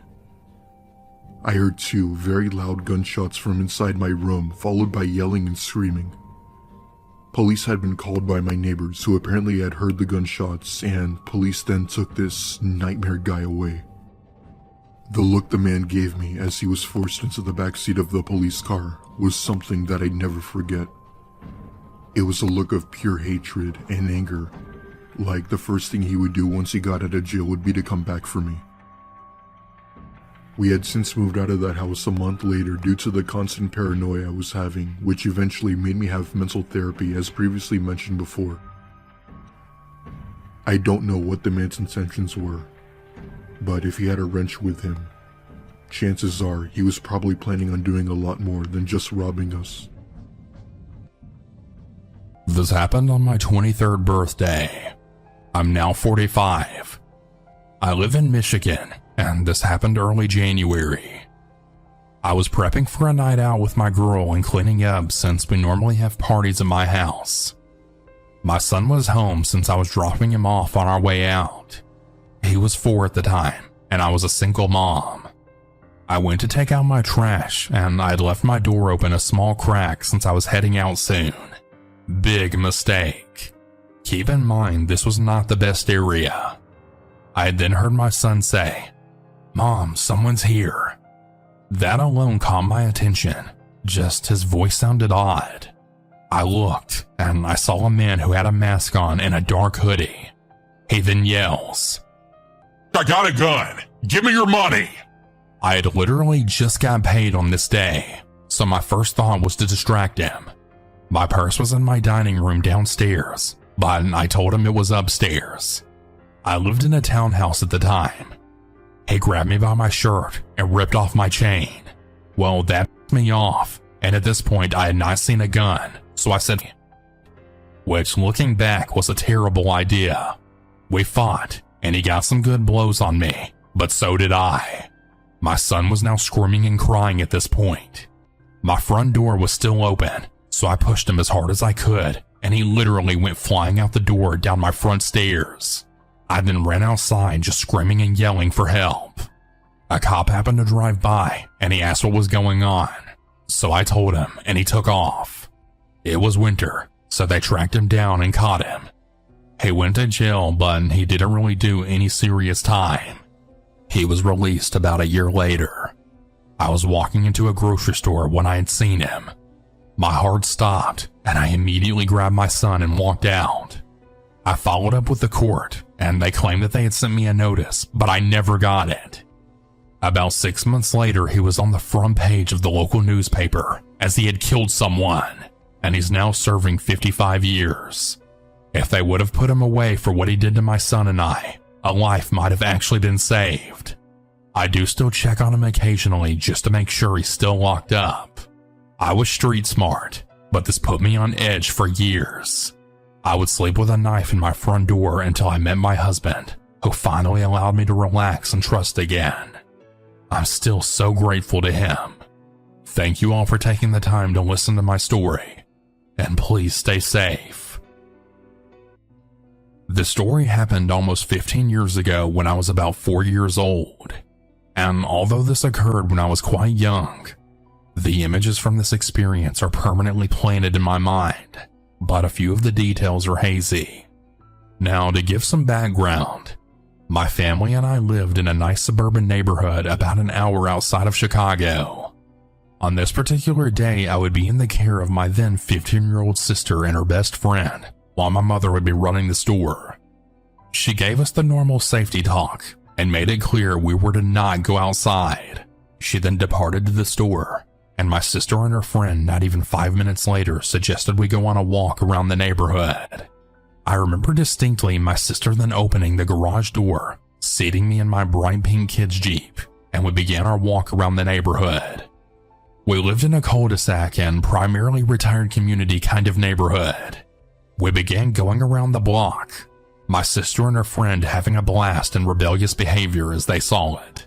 Now, I remember that we then turned the street and continued through the neighborhood. We made it about a quarter up the street, when we then saw an older woman walking towards us about a football field length in front of us. We all stopped dead in our tracks. She was wearing a long tan coat. My sister and friend gave each other a look, and we sat stagnant there in place. The woman then being ahead of us held all three of our young girls' attention. After only a few seconds since noticing her, she then realized that we saw her in turn. Within less than a minute of catching her gaze, she then began charging us, yelling at us down the sidewalk. My sister grabbed my pink Jeep and her friend, and then held me in her arms as we ran through backyards being chased by this woman. We made it to our backyard, and we ran inside our back French doors as quickly as we could, immediately locking the set as we scrambled inside. We then heard a bang. We all then turned to see a large man, tall, broad shoulders and built, leaning against the back door staring at us, looking upset that we had locked the door. This is the point in time that my memory turns hazy. I don't really remember what happened after, but I do remember my sister calling the cops and my mom returning home and scolding my sister and her friend for calling the cops, saying they were teenage girls and just liked to start drama. This happened over a decade ago, and we to this day never know what happened to those two, as there were no arrests ever made. My sister and I are still close, yet we haven't talked about this experience in years. I can't forget the vivid memory I have of being chased and genuinely thinking we were doomed if that door hadn't been locked just in time. Dear God, was that a terrifying experience. My friends and I decided to have a sleepover at my house since my parents were gone. This story took place over 10 years ago. My mom told me she would be going to Mexico to visit some family members that were sick. She wanted me to stay and feed and take care of the dogs, so I agreed. She told me she would be leaving Friday night and would most likely be back on Monday. Since I was 14 at the time, of course I was happy to have the house free of adults even for a few days. On Friday she left me money, and she told me she ordered a pizza and to tip the driver. She left it around 6, and the pizza got there around 7. I tipped the driver and he left.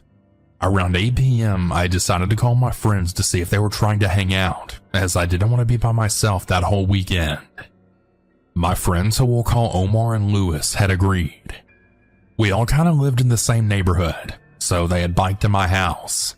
They got there around 8:30 and we were just playing 2K and Call of Duty together, like most teenagers do. We had stopped playing around 11 and we were getting kind of bored, so we had watched a scary movie.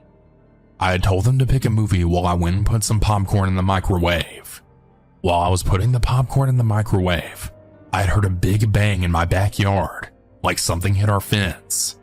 Now, my kitchen is at the back of the house, and there's 2 big windows in the back, so if something was there, it for sure would have seen me. I thought it was probably my dogs just in the backyard, so I just shrugged it off and we watched the movie. Mid-movie, we then hear knocking at my front door. This startles us, so I decide to go see who it was.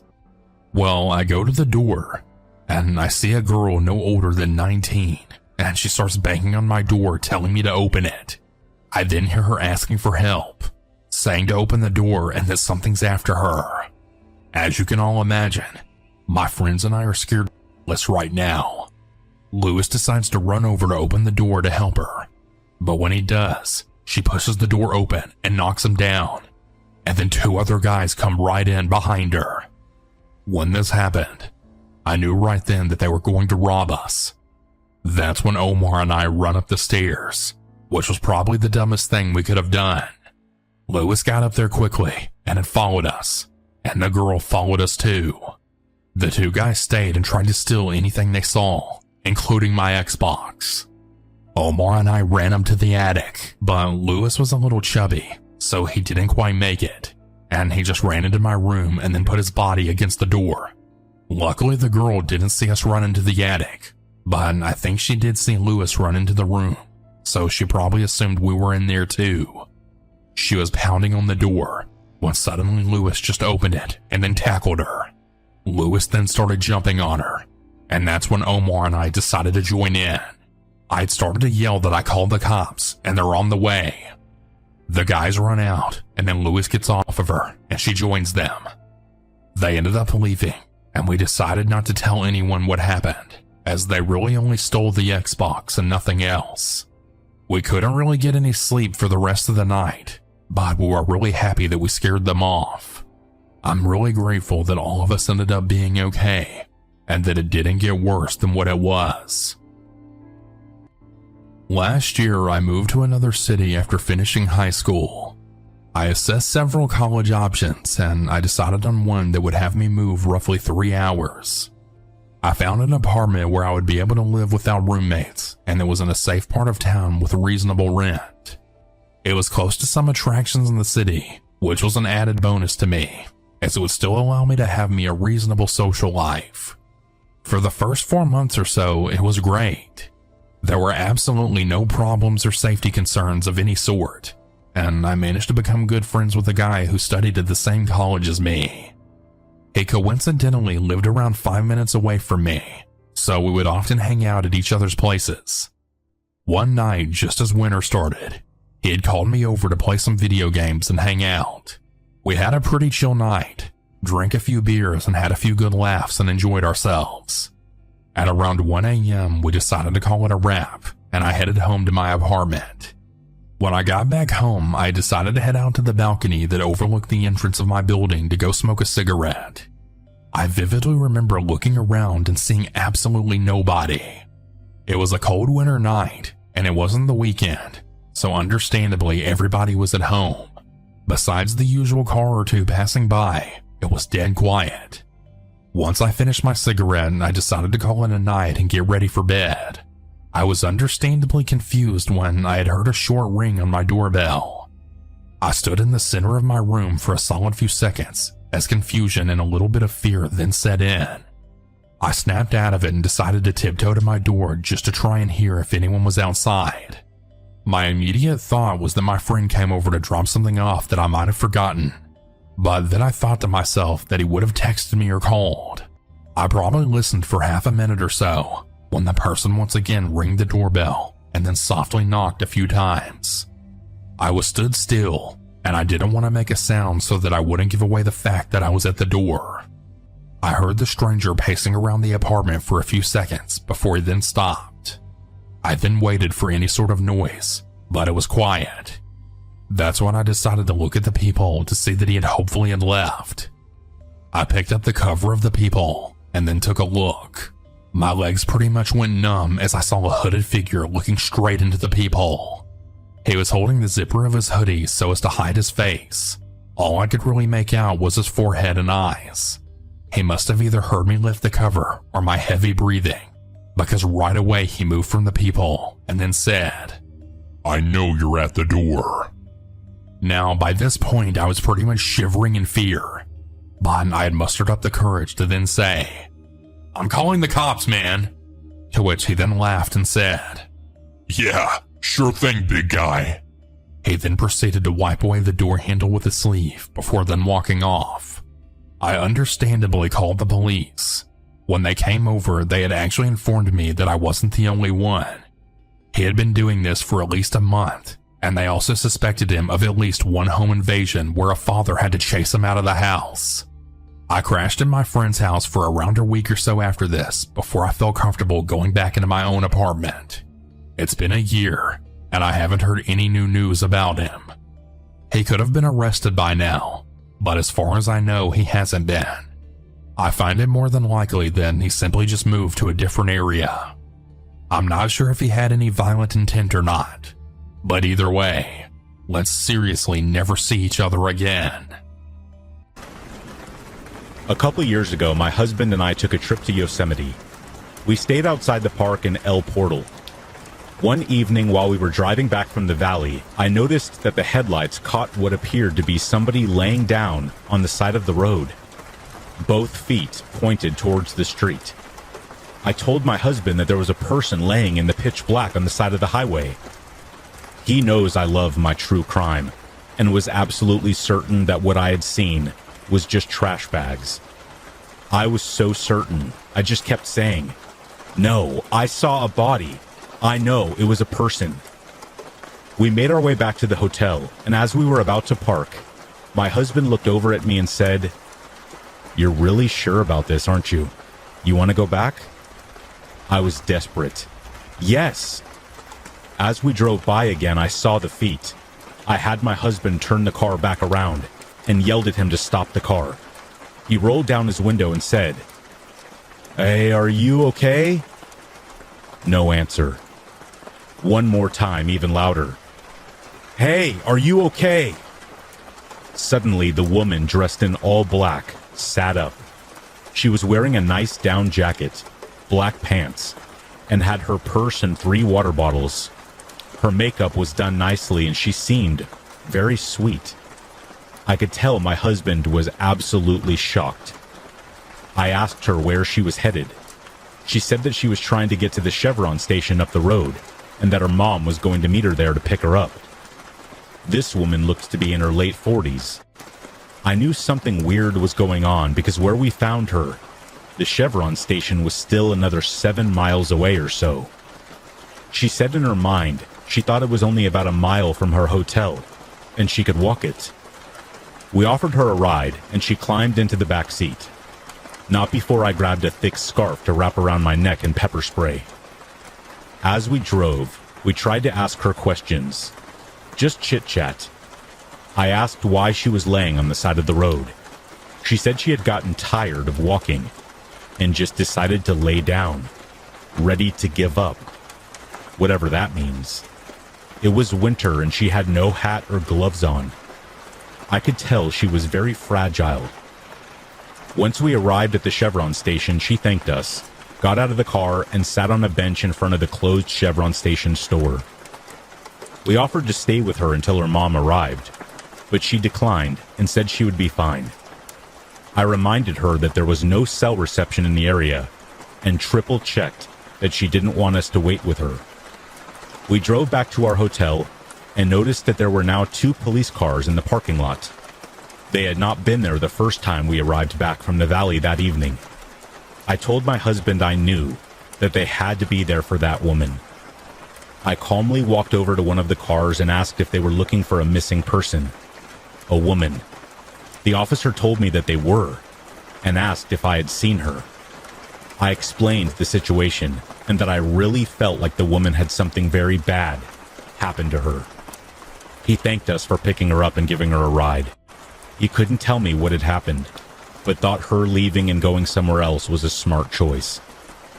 I asked that he go check on her at the Chevron station, just to make sure she was okay, and that her mom did eventually arrive. I'm realizing that whatever happened was at the same hotel that we were at. That evening, I looked up the local police log and found that a domestic violence dispute had broken out at the hotel. The woman had been beaten very badly, and she was so terrified that she was willing to walk in the dark without a flashlight just to escape. It's my guess that after walking about a half mile from the hotel, she was in so much pain that she just needed to lay down. I got the feeling like she thought she may actually die there. She couldn't go back to the hotel because she had already escaped and gone to the front desk to call her mom. Her husband knew she had been there and would have come after her. The front office called the police for her while she escaped. It's my understanding that the man who hurt her was her husband and was arrested. I always wondered about her and whether she went back to him. Did her mom ever pick her up? Is she safe? Now my husband listens when I say, there's a body on the side of the road. At the time of this incident, I was 29 and my daughter was 3. I was in my bathroom bathing her and kept hearing a sound that seemed to be coming from the direction of my bedroom window. I wasn't concerned with this sound at first because I live in an apartment complex on the ground level, and people, especially kids, walk by the window in the mulch all the time. So I continued to bathe my daughter when the sound moved from my bedroom window to my daughter's. Now I noticed the sound shift, and so did my small dog. She's typically the quiet type as she's 12 years old. The sound was almost as if there was someone tapping a metal object against the glass. Alert at this point, my dog lets out this ear-piercing bark, one I have never heard from her before. Feeling on guard now, I removed my daughter from the tub and wrapped her in her towel and told her to stay in the bathroom as I proceeded to the kitchen and grabbed a knife. Fight or flight at this point is kicking in as my dog recedes from the direction of my daughter's room. I approach it. Entering the doorway, I begin hearing in a sing-song, low, guttury voice, I'm here to play with a very pretty lady, a lady that I know, a lady that I see, a lady that I often see in my dream. Absolutely beside myself at this point, and my fight or flight sense is always in fight mode. I reached the window and drew open the curtains. As the voice kept singing the song and the tapping sound kept repeating on the window, I snatched the blind string and opened the blinds quickly just to come face to face with an old man, bearing a long and dirty beard, with eyes that sunk into his head and dark as the night was. He looked at me and grinned, a grin that I can only describe as the one the Grinch wore when he devised his plan. Stuck in a shocked panic for what seemed like an eternity, but was probably no more than a second or two, I began to spring into action. I turned, jetted into the bathroom, and grabbed my daughter and my cell phone. I ran to my front door, still holding the knife, just in case the man happened to run towards my door. I was dialing the police and on the phone with the dispatcher as I ran out of my door and to my neighbor's house. I proceeded to bang on her door with as much force as possible to get her attention. I wanted my child safe at least. She flung open her door, upset of course, until she saw the terror on my face. As I handed her my daughter and began to force myself into her apartment, the old man came running around the corner and into the breezeway, lunging straight for me with a knife of his own.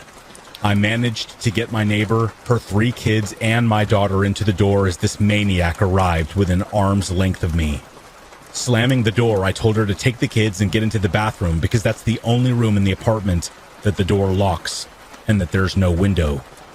The old man was now banging and kicking her door, as well as dragging the knife down it. I stayed at the door to ensure that he did not make his way inside, and as I'm sitting on the floor, my feet pushed up against the coat closet base, and my back firmly against the door, I heard a booming voice. "Drop your weapon and get on the ground, now!" I sat listening as the sounds of a tussle came from the breezeway. Then, boom, boom, boom. "You can open the door, ma'am. It's the police." Relieved, I eased open the door in time enough to see the one officer exiting the breezeway with the man, and another asking me if I was okay, and if I could answer a few questions. I spent about 15 minutes explaining the situation to him, as he jotted down the notes on his pad. The other officer then approached us with 2 window screens, as the old man had taken the one off my window and my daughter's in an attempt to get inside. The approaching officer asked me if I recognized the man, and I told him I have never seen him before in my life. This is when the officer looked at me and said that this man admitted having been following me for about a month. He first saw me at the grocery store, which is within walking distance from my apartment. Since then, he had watched and waited for the opportunity to try to get into my apartment, to play with me, according to him. This man followed me for a month.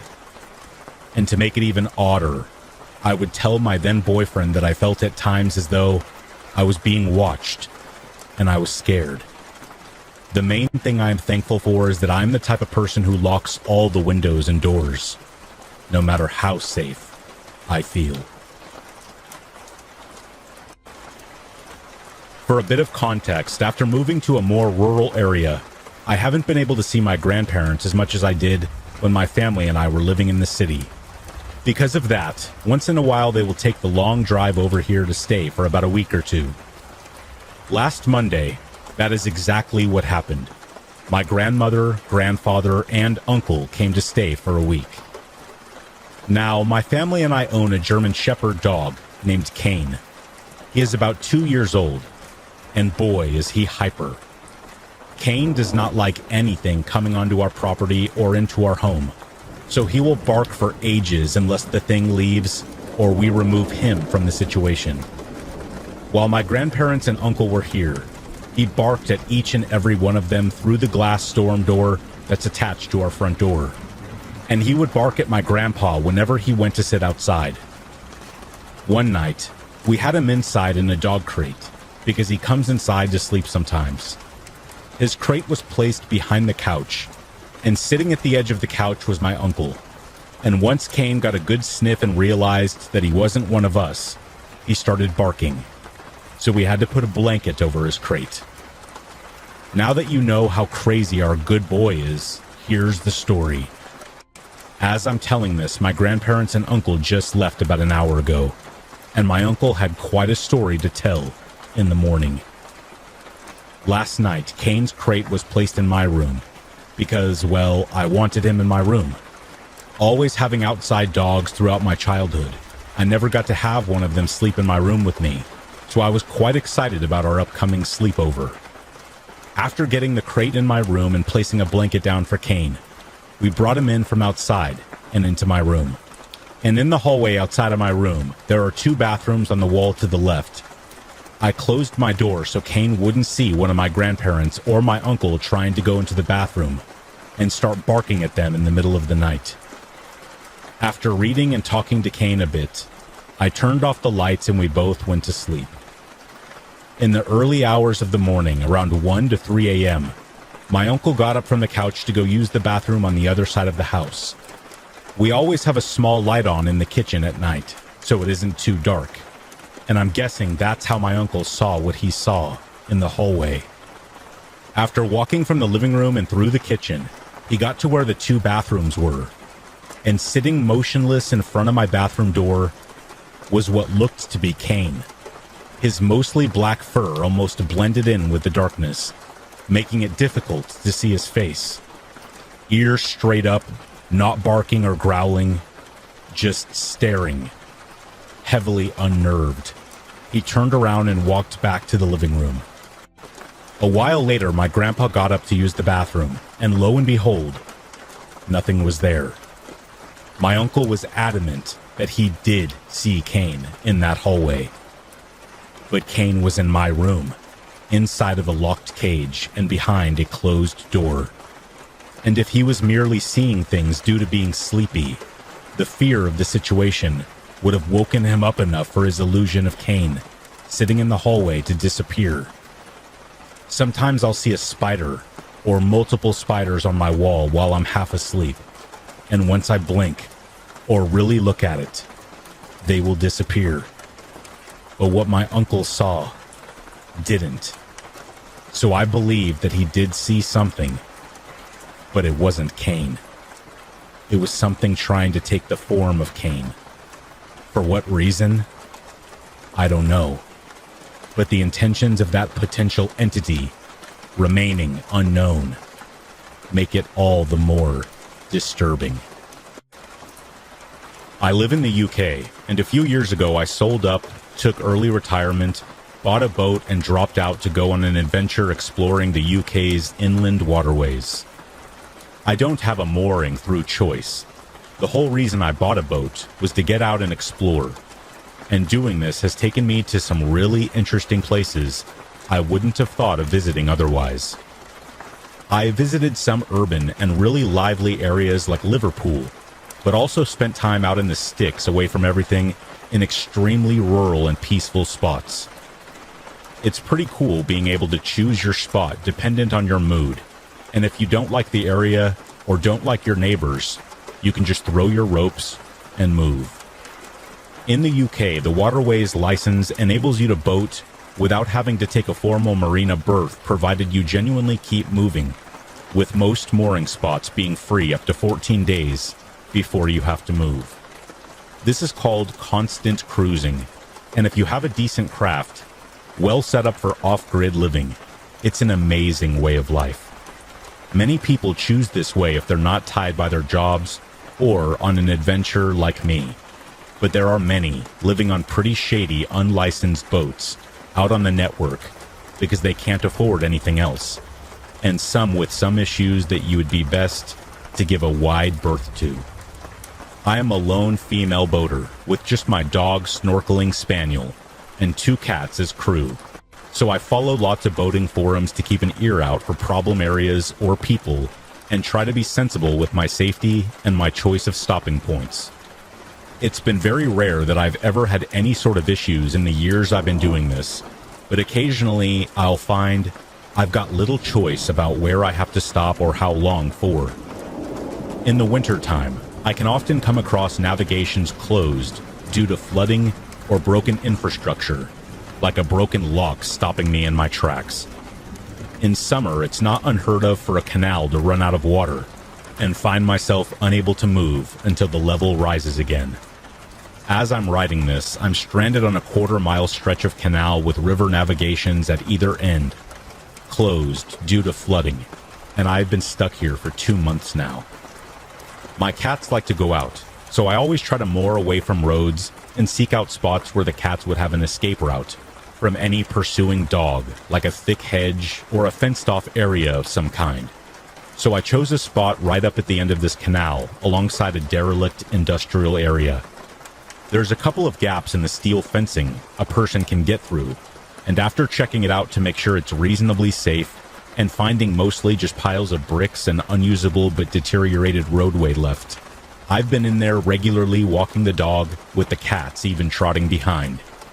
Only once have I ever seen anyone else in there, and that was just another lady with her dog. My cats have discovered there's mice in there, and they're having way too much fun to come home as often as they usually do, so it's become a nightly ritual to have to go in with my head torch and dog and retrieve them before bed. They are both pretty great cats that think they're dogs, so if I go and shout for them, they'll come running and follow me all the way back. The first 7 weeks went without incident, but a few nights ago, I was in there shouting for one of my cats when I heard what sounded like bricks being bashed together in very deliberate, even-spaced multiples of 3. My first thought was someone was hurt and maybe can't call out, so they were trying to get my attention. So I stopped and listened. Another 3 bashes came, but this time, nearer. Okay, someone's moving and definitely not stuck. So I pick up the pace and think that this is just weird. It's 11 p.m. and below zero with ice everywhere. There's no shelter, just piles of bricks. So why would anyone be in here? My cat comes bounding up at this point, so I just scoop her up and practically run back towards the fence. Another 3 bashes. The first one really loud and heavily emphasized, and again, all very deliberate and evenly spaced. But this time, nearer again. I've moved quite a distance and turned a corner by this point, but the noise has followed, and switched sides, like they had cut the corner and almost caught up with me. I get us all through the fence and back on the boat, locking it all down. At first, I don't hear anything, but my cats do, and they keep lifting their heads and alerting to something outside. But then I do hear it. The fence is only about 10 feet from my side of the boat, and I hear a growling coming from the other side. Loud growling. It was a god-awful sound, and I sat there scared witless, wondering what kind of freak would be doing that, and what they were going to do next. If you can imagine a human trying to mimic the sound of a slow revving motorbike, it kinda sounded like that, and this went on for nearly 10 minutes. I turned all my lights off in case they could see in, and sat awake for hours, too scared to sleep, and constantly watching my crew for any indication that they could hear anything. But there was nothing further, and I eventually fell asleep. 2 days later, I was walking down the towpath and walked past a small, rough-looking cruiser, moored about 200 yards away from me. As I passed, I heard a man's voice mimicking me, calling my cat's name, like I had been that night before. I looked over and saw a really scruffy and dirty-looking man, I would say in his 30s, with dark hooded eyes and god-awful teeth, grinning at me. I have no doubt this was his way of telling me that it had been him that night, and he looked like he was now trying to freak me out even more. So I stopped for a second and gave him my best defiant, "I'm not scared of you, and you would think again," because I am a secret badass stare. I even managed a sly psycho-esque grin of my own right back at him before walking off. I don't know why I reacted like that. Generally, challenging someone who might be unbalanced is a dangerous thing to do, and wouldn't be my usual approach. Apart from the fact he looked mentally ill at best, possessed at worst, anyone who roams around at night growling has some real scary issues. But just there in the moment, I just instinctively felt the need to stare him down and not show fear. And boy, do I hope my instincts were right, because I am still stuck here, and despite my bravado, I am in no way a badass. Thankfully, haven't seen him since. In fact, in the 2 months I've been here, that was the only time I have clapped my eyes on him at all, despite walking past the boat every other day. I really hope to keep it that way, and as soon as those navigation lights change to signify the river is open again, me and my furry crew are out of here. And to the possessed-looking growling guy, I hope your boat is as clapped out as it looks, so that you can't follow. In early 2007, I was on a traveling singing group. There were 8 of us on a team, and the team members were switched every single year. We were invited to stay at the evening at the house of a previous member named Drew. Drew wasn't home, so it was his mom, his sister, and his brother who hosted us. Now, we'd all known Drew's dad died about 4 years earlier, but he died of a heart attack and not in the house. I generally try not to be superstitious, but I went into the house and immediately felt just a little uncomfortable. I think I blamed it on the fact that Drew and I never really seen eye to eye, or that I felt bad for his mom, who'd been widowed so young and left with 3 children. A sleeping space was very limited, got put down on a cot in the basement, along with the other girl in my team. The basement wasn't a creepy basement by any means. It had been refinished and was pretty comfortable. My cot was only about a foot from the wall, and there was a small old digital clock between the wall and the cot. I fell asleep in my usual manner, facing the wall, back to the room. At 2:48, and I'll never forget the clock since it was the only thing that I could focus on, I woke up very suddenly. I was immediately frozen in bed. My heart was racing, my throat went tight, and I couldn't swallow. This was primal fear at its best. I couldn't roll over to check, but I swear, even now, that something was standing over me. Everything in my instinct told me not to turn around. It felt like my life was depending on me staying right where I was. During this time of intense fear, I kept seeing images in my mind, flashes of gore and horrible things. I could also hear a laughing in my ears, but not the voice of just one person laughing. It sounded like I was in a room with thousands of voices laughing. I remember for the first time having suicide run across my mind during this overwhelming, fear-driven time. I should note here that I'm not, and I've never been suicidal. When that feeling went away, the last thing I remember hearing in my mind was, "Not this one." I looked at the clock again, and only 9 minutes had passed. The longest fucking 9 minutes of my life. A few hours later when I got up, I decided I was going to get the hell out of there as quickly as I possibly could. I skipped the shower and breakfast and sat in the van waiting for the rest of my team. As I was waiting, Drew's brother came out and spoke with me. And in one sentence he said, "I'm sorry I couldn't help you this morning." As he said it, he had tears in his eyes. He honestly looked like he was going to be sick to me. The look of hopelessness in his eyes still haunts me to this day. 2 weeks later, we got word that Drew's brother had killed himself just before 3 a.m.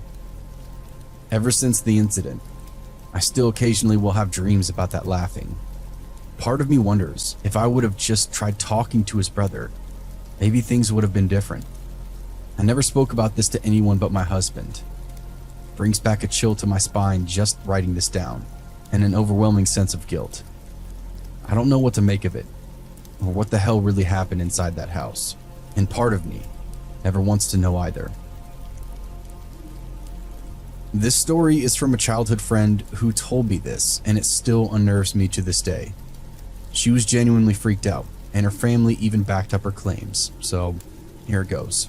My friend and her family moved into this rental property, and my friend claimed that it was haunted. Everyone agreed that there was an off feeling, and those who visited or stayed over there would mention it as well. I myself experienced this odd feeling of foreboding whenever I went over there, and believed the consensus that the house was indeed haunted. It honestly felt oppressive inside there, and you would feel this pitiful dread that is hard to compute into words. It was extremely uncomfortable to experience, just to say the least. Anyway, this particular event, and that is the basis of this post, was enough for my friend's family to pack up and stay with relatives until they moved out permanently. On this fateful afternoon, my friend had arrived back home from the park and heard an argument taking place in the kitchen between her mom and dad. My friend thought this was odd, as both of her parents should be at work, so she called out, "Mom," before unlocking the front door and going inside. My friend said the house felt instantly silent. An uncanny silence, like all the air had been sucked out of the place. It felt stifling. It felt wrong. Then her mom said, "Hey, we're just in here."